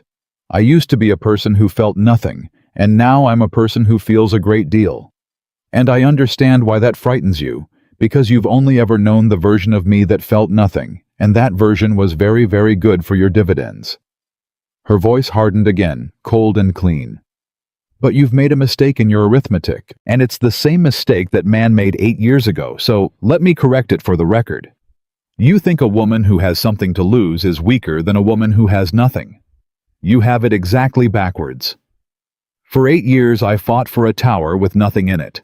I fought hard and I won because winning was all I had. Now I have a little girl who wants to show me a shark at the aquarium and a man who came through a wall for me. You think that makes me easier to beat?" She almost laughed. "Gentlemen, you have never in your lives seen me fight for something I actually love, and you do not want to start today." Ahiu. Silence. Real silence. The kind that has a decision inside it. It was Voss who broke it.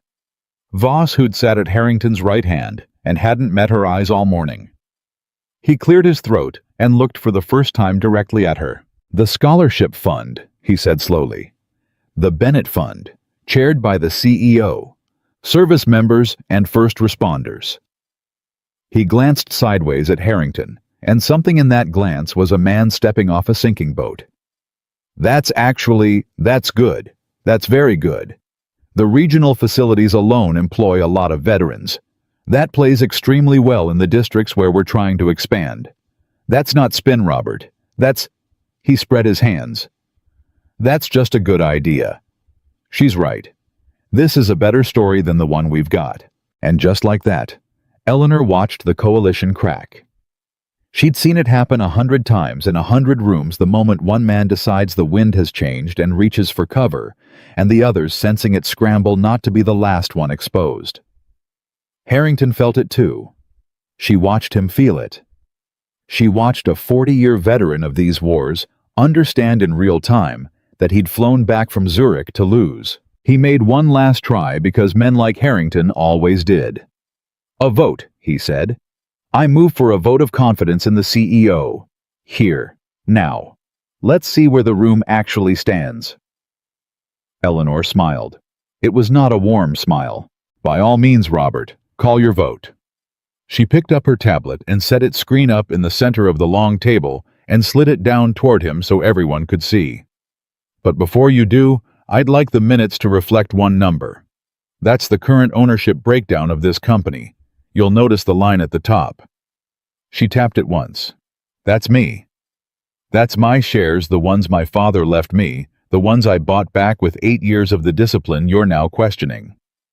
You'll notice it's larger than the next 4 lines combined, which means, Robert, that you can absolutely call your vote of confidence." Her voice went very soft, very pleasant, and very final. "And I will win it. And then I'll remember for the rest of your tenure on this board exactly who flew back from Zurich to try to take my company away from me over a photograph of a little girl. So think carefully. Do you want this vote on the record? Because I promise you, I do. For a long moment, Harrington looked at the number on the tablet.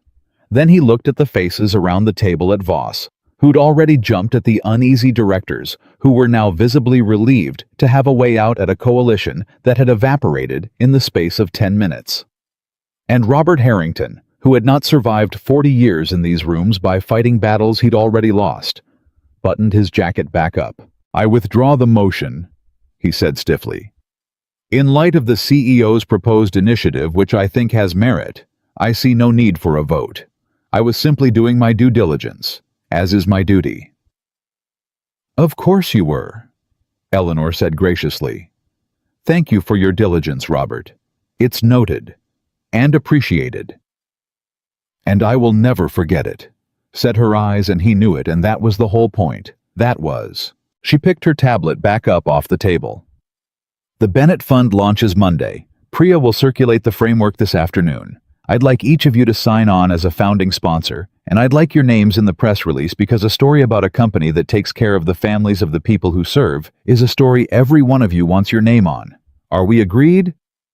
Around the table heads nodded, even Harrington's fractionally. Good, Eleanor said. Then we're adjourned. Thank you all for coming in on short notice. I know some of you traveled a long way. She let her gaze rest on Harrington one last beat. Safe flight back to Zurich, Robert. She walked out of that boardroom the way she'd walked out of the elevator. 6 weeks before, spine straight, head level. Everything held together by will. Except this time, there was no man in a navy jacket waiting to tell her she'd done great. So she took out her phone in the hallway, hands not quite steady, with the adrenaline of it, and she called the one who was. He picked up on the second ring. Well, it's done, Eleanor said, and heard her own voice shake with something that wasn't fear for the first time in longer than she could remember. They folded. All of them. There's not going to be a vote. Jack, I have to tell you about the fund. There's a whole thing I sort of committed us both to something enormous without asking you first, and you're going to have opinions about it. Eleanor, slow down. Breathe. That voice steady as a hand on her shoulder, the same voice through the same kind of dark. You're not falling.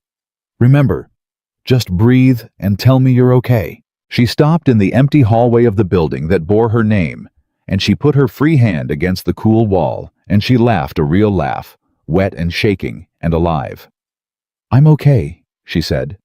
Jack, I fought for it, for all of it, for you and Emma. I stood up in front of 11 of the most powerful men in this state, and I told them the whole truth about the elevator, about being scared, about you staying, about all of it. 8 years. I've been terrified of anyone in that room seeing me be anything other than iron, and I stood up and let them see everything. And I won anyway.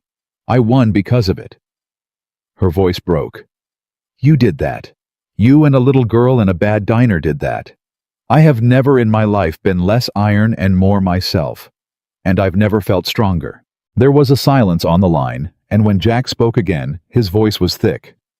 Emma's got a soccer game Saturday, he said. 10 a.m. She's been telling everyone at school the elevator lady is coming. She told her whole class you're the strongest person she knows. A pause. I didn't correct her. Figured she had it right. Eleanor pressed her forehead against the wall and closed her eyes and let the tears come, standing alone in a hallway where anyone might have seen the Iron Queen cry and not caring at all. Tell her I'll be there, she said. Tell her I wouldn't miss it for the world.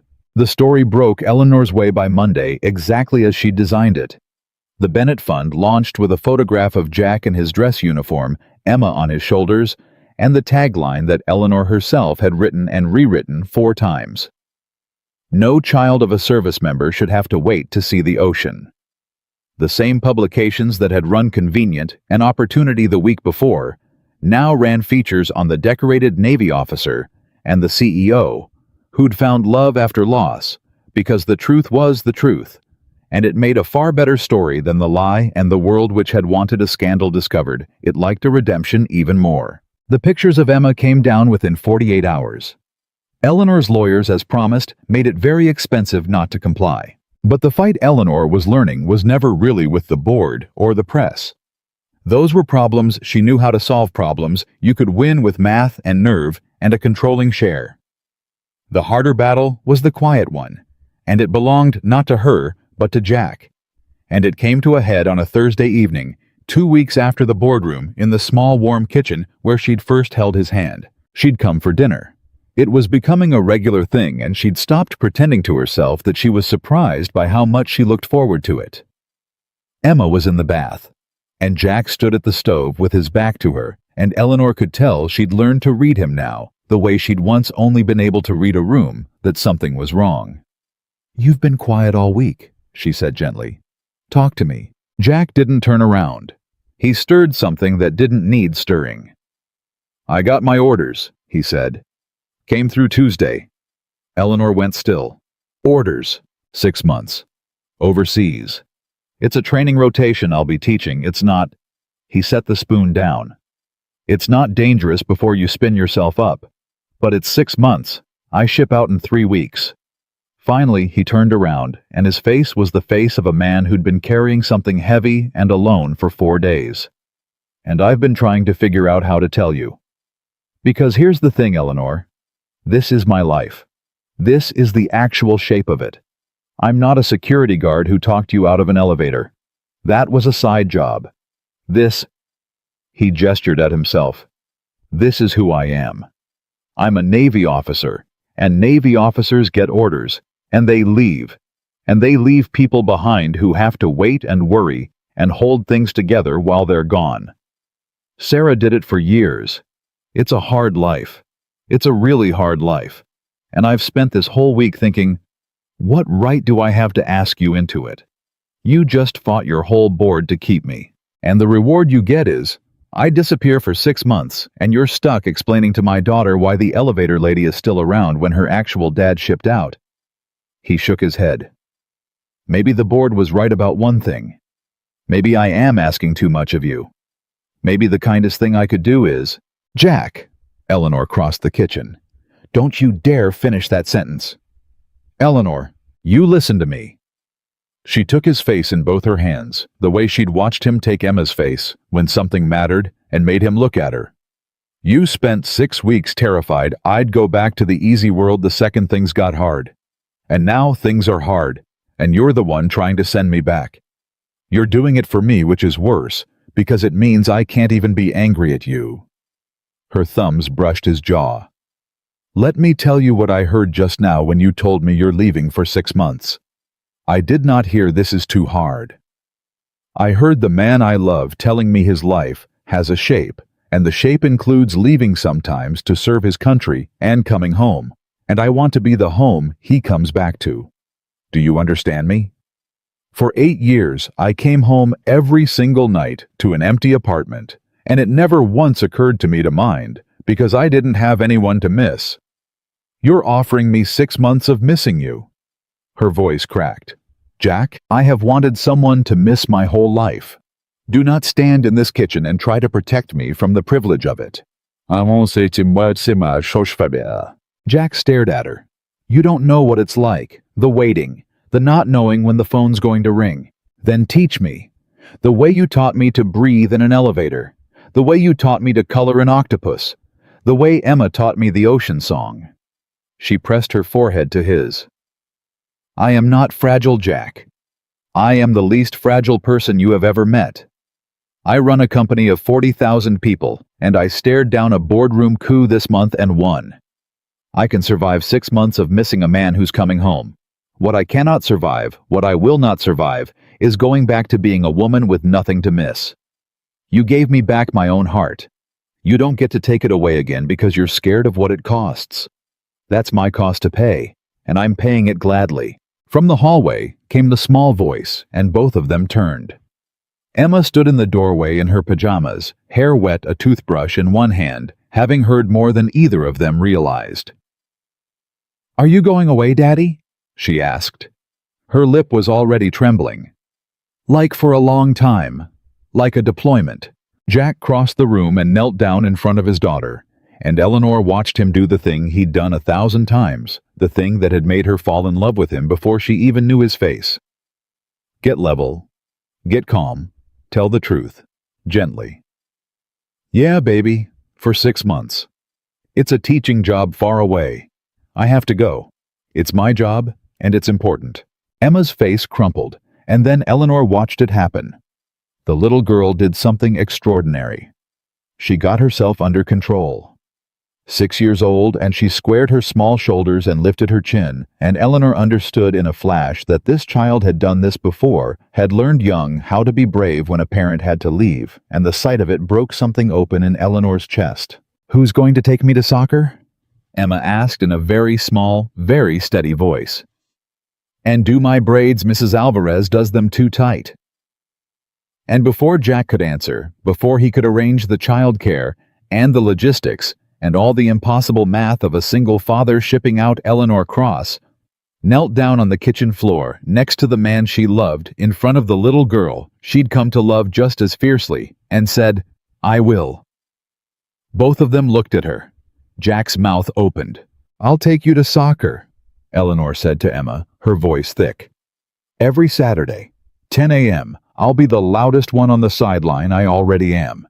And I will learn to do your braids, and I'll do them exactly as loose as you want them, and if I get it wrong, you'll tell me, and I'll do it again until I get it right, because that's what—" Her voice broke, and she pushed through it. "That's what people who love you do. They stay. And they figure it out. Your daddy taught me that. He taught me that through a wall before I even knew his name." She looked up at Jack, tears streaming freely now and then back at his daughter. "Your dad has to go be brave for the whole country for 6 months. And while he's gone, you and I are going to hold down the fort right here. And we're going to count the days on a calendar, and every single one we cross off is one day closer to him coming home. And when he comes home—" She was crying and laughing at once now. "We are all three of us going to go see the ocean, the real one, not the pictures. I promise you, Emma, that's a promise. And your daddy taught me a promise to a 6-year-old is the most sacred contract there is." "Nes, dikrohishi nares." Emma looked at her for a long, long moment with her father's steady eyes. Then she dropped the toothbrush and threw both arms around Eleanor's neck and held on the way children hold on when they've decided all the way down that someone is theirs to keep.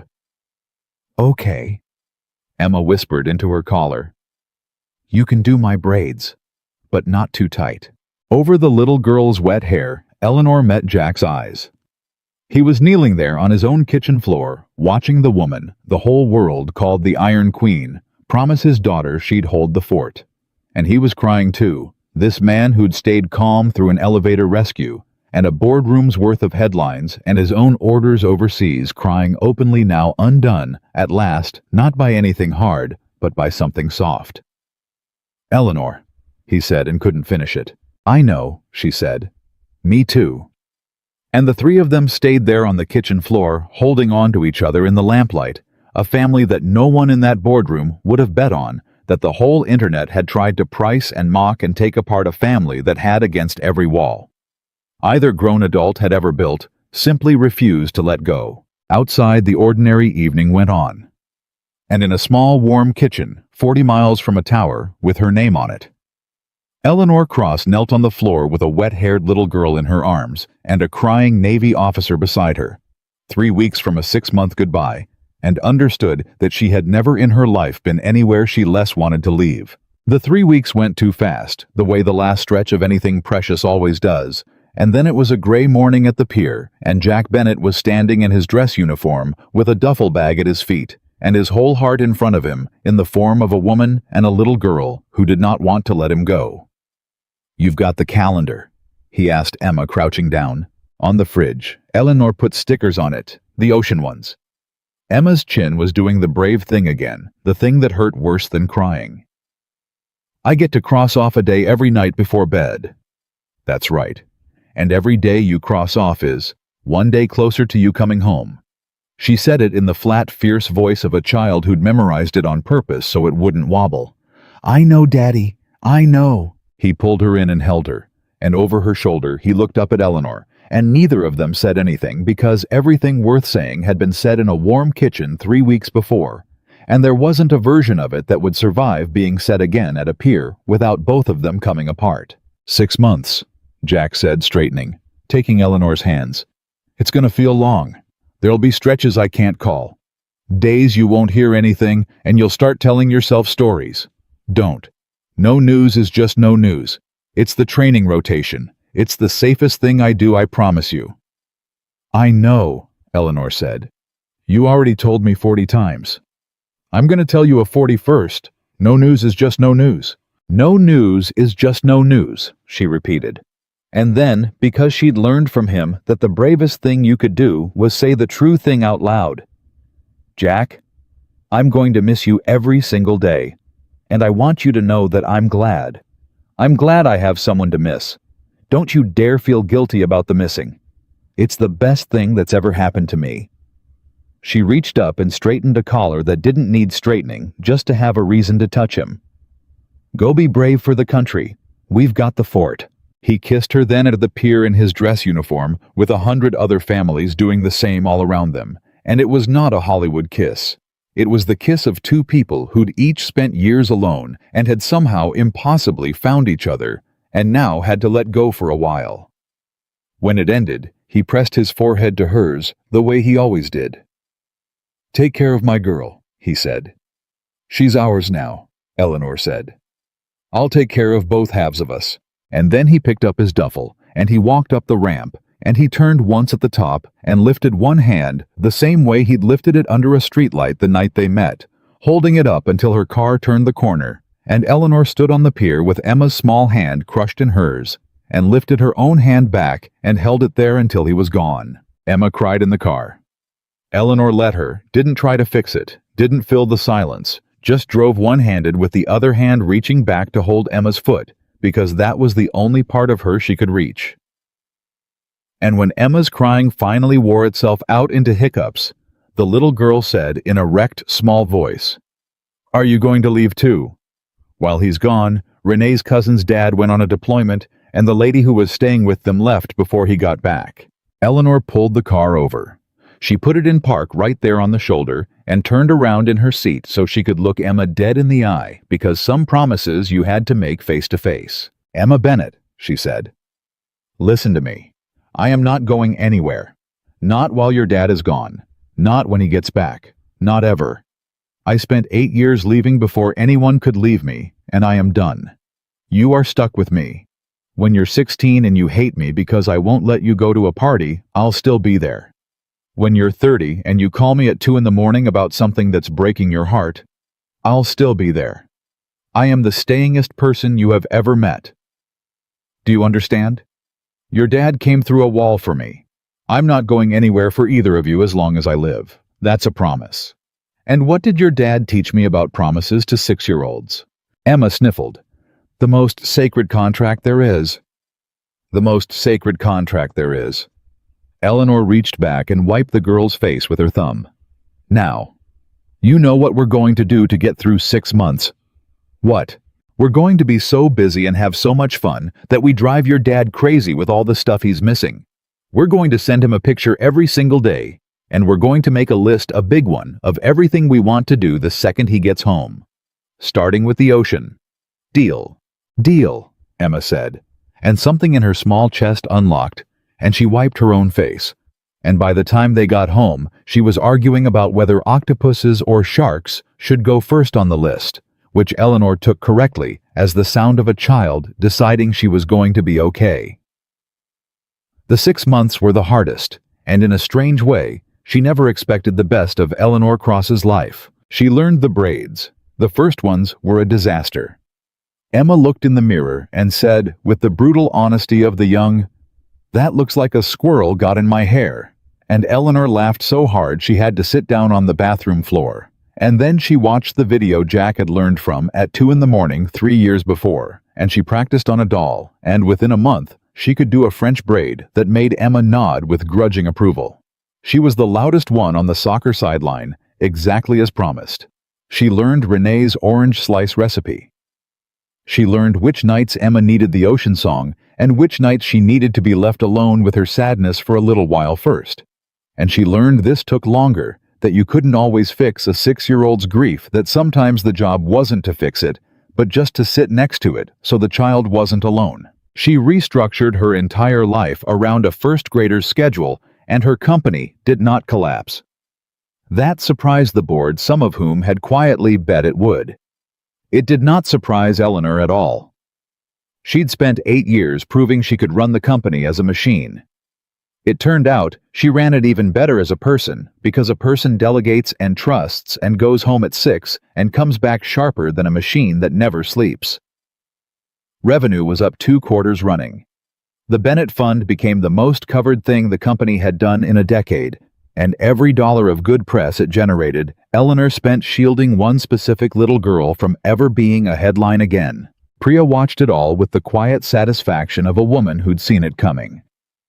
"You know," she said one evening, catching Eleanor packing up at a reasonable hour for the 100th night in a row, "when I started here, I used to worry you were going to work yourself into the ground and I'd find you slumped over the Tokyo numbers one morning. And now you leave at 6 to go to a soccer game, and you're better at the job than you've ever been. I keep trying to find the catch." "There's no catch," Eleanor said, shrugging on her coat. "That's the catch. I spent 8 years thinking the sacrifice was the point. It turns out the sacrifice was just a habit I mistook for a virtue." She smiled. "Turns out you can have the company and the life. Nobody ever told me. Or maybe somebody did, and I wasn't listening." Jack called when he could. The calls were the spine of those 6 months, sometimes a full hour, sometimes 90 seconds of static and, "I love you, gotta go." And each one a small anchor thrown across an ocean. Emma would climb into Eleanor's lap and they'd huddle over the phone together, and Emma would report the day's news in a breathless torrent. The soccer goals, the lost tooth finally. After months of saving it for a good wiggle, and the tooth fairy left extra, and Emma noted with great satisfaction that this one hurt way more, so it should be extra. The braids that no longer looked like a squirrel got in them. And in the quieter moments after Emma had said her piece and wandered off, Jack and Eleanor would talk in the low voices of two people stealing minutes across a distance. "How you holding up?" he asked one night, 3 months in at the exact midpoint, the hardest part. "Honestly?" Eleanor sat in the dark of Emma's hallway, her back against the wall. "I miss you so much. Some days, it's a physical thing. I catch myself reaching for the phone to tell you something small, and then remembering I have to wait." She smiled into the dark. "And I wouldn't trade it. Not 1 minute of it. I told you at the pier and I meant it. I'm so glad I have someone to miss Jack. Every ache is a gift. I went 34 years without one." There was a silence on the line, the good kind, the full kind. "You've changed my whole idea of what strong is," Jack said finally. "I used to think strong was what I did. Deployment, staying calm, keeping it together for Emma. And then I met a woman who thought strong meant never needing anybody, and I watched her figure out that the strongest thing a person can do is let themselves need somebody and stay anyway." His voice went rough. "You held the fort, Eleanor, not just Emma. Me. You held me together from 6,000 miles away. I don't know how to thank you for that. You came through a wall for me before you knew my name," Eleanor said. "We're square. We'll always be square. That's what this is." She pressed her hand flat against the wall of Emma's hallway, the way she'd once pressed it against the wall of an elevator, reaching for the sound of his voice. "Come home, Jack. Cross off the days. No news is just no news. Come home to us." "Coming home to you," he said. "Both of you. Count on it." The homecoming was on a bright morning in spring, and Eleanor Cross, who had negotiated across from heads of state who had stared down a boardroom coup who had built and saved a billion-dollar company, was more nervous than she had ever been in her life. Standing on the same pier where she'd watched him go, holding the hand of a little girl in a brand-new dress who had crossed off every single day on a calendar covered in ocean stickers. "What if he doesn't recognize me?" Emma fretted. "I lost 2 teeth and I got taller. Renee said I got taller." "He'll recognize you," Eleanor said. "You could grow 10 feet and lose every tooth in your head, and that man would find you in a crowd of 1,000 kids in about half a second. That's what dads do." "What if he doesn't recognize you?" Emma looked up, suddenly worried on Eleanor's behalf. "You do your hair different now, because of the braids. You wear it up." Eleanor's throat tightened. "Then I'll just have to remind him," she said softly. "But I don't think I'll have to." The ship came in. The ramp came down. And the families around them surged forward. And there was that terrible, wonderful moment of scanning a crowd of uniforms for one specific face. And then Emma's whole body went rigid, and she screamed, "Daddy!" at a volume that should not have been possible from a body that size. And she was gone, tearing across the pier, and Jack Bennet dropped his duffel and went down on both knees and caught his daughter out of the air, the way he'd been catching glasses of milk for 6 years, and folded her up against his chest, and Eleanor watched from 20 feet back as the man she loved buried his face in his little girl's hair and shook. She hung back. It was their moment. She'd learned that too, when to step forward and when to let a father have his daughter to himself for a few seconds first. But Jack lifted his head, still holding Emma, and found Eleanor in the crowd. In about half a second, exactly as she'd promised, and the look on his face, 6 months of missing, of static, broken phone calls, of trusting a woman he'd known for weeks to hold his whole world together, the look on his face undid her completely. "Eleanor," he said. And then to Emma, "Go on, baby, bring her here, come on." And Emma grabbed Eleanor's hand and hauled her forward with all 6 years of her strength, and then the three of them were tangled together on the pier, and Jack had one arm around his daughter and one arm around the woman who'd waited, and Eleanor crossed the Iron Queen, who had once signed her own mother's birthday card. Regards, who had once believed love was a weakness and need was a door. Thieves walked through, stood in the circle of a Navy officer's arm, and cried into his shoulder, and did not care who saw. "You held the fort?" Jack said into her hair. "We held the fort," she corrected. "All three of us." He pulled back just far enough to look at her, and there was something different in his face now, something he'd clearly been carrying across an ocean and holding onto for this exact moment. He shifted Emma to his hip, and he took Eleanor's hand, and Eleanor felt her heart stop, because she knew the way she'd always been able to read a room what was coming. "I had 6 months to think," Jack said. 6 months on the other side of the world, thinking about the woman who learned to braid my daughter's hair off a video, who ran a company and never missed a soccer game, who crossed off every day on a calendar. And I kept thinking about the night we met. You asked me on that speaker if anybody would notice if I was gone. And I said Emma would, and a crew of guys would." His voice thickened. "And somewhere over the ocean I realized the answer changed. Now you'd notice. Now if I was gone, the first person who'd notice would be you. And I never in my life thought I'd get that back after Sarah. I never thought I'd get to be someone's person again." He set Emma down gently, and Emma, who had clearly been briefed, who had clearly been in on this the whole time, reached into the little purse she'd insisted on bringing, and pulled out a small box and handed it to her father with the enormous solemnity of a 6-year-old entrusted with the most important job of her life. Jack went down on one knee on the pier. "Eleanor Cross," he said. "I know your world is bigger than mine.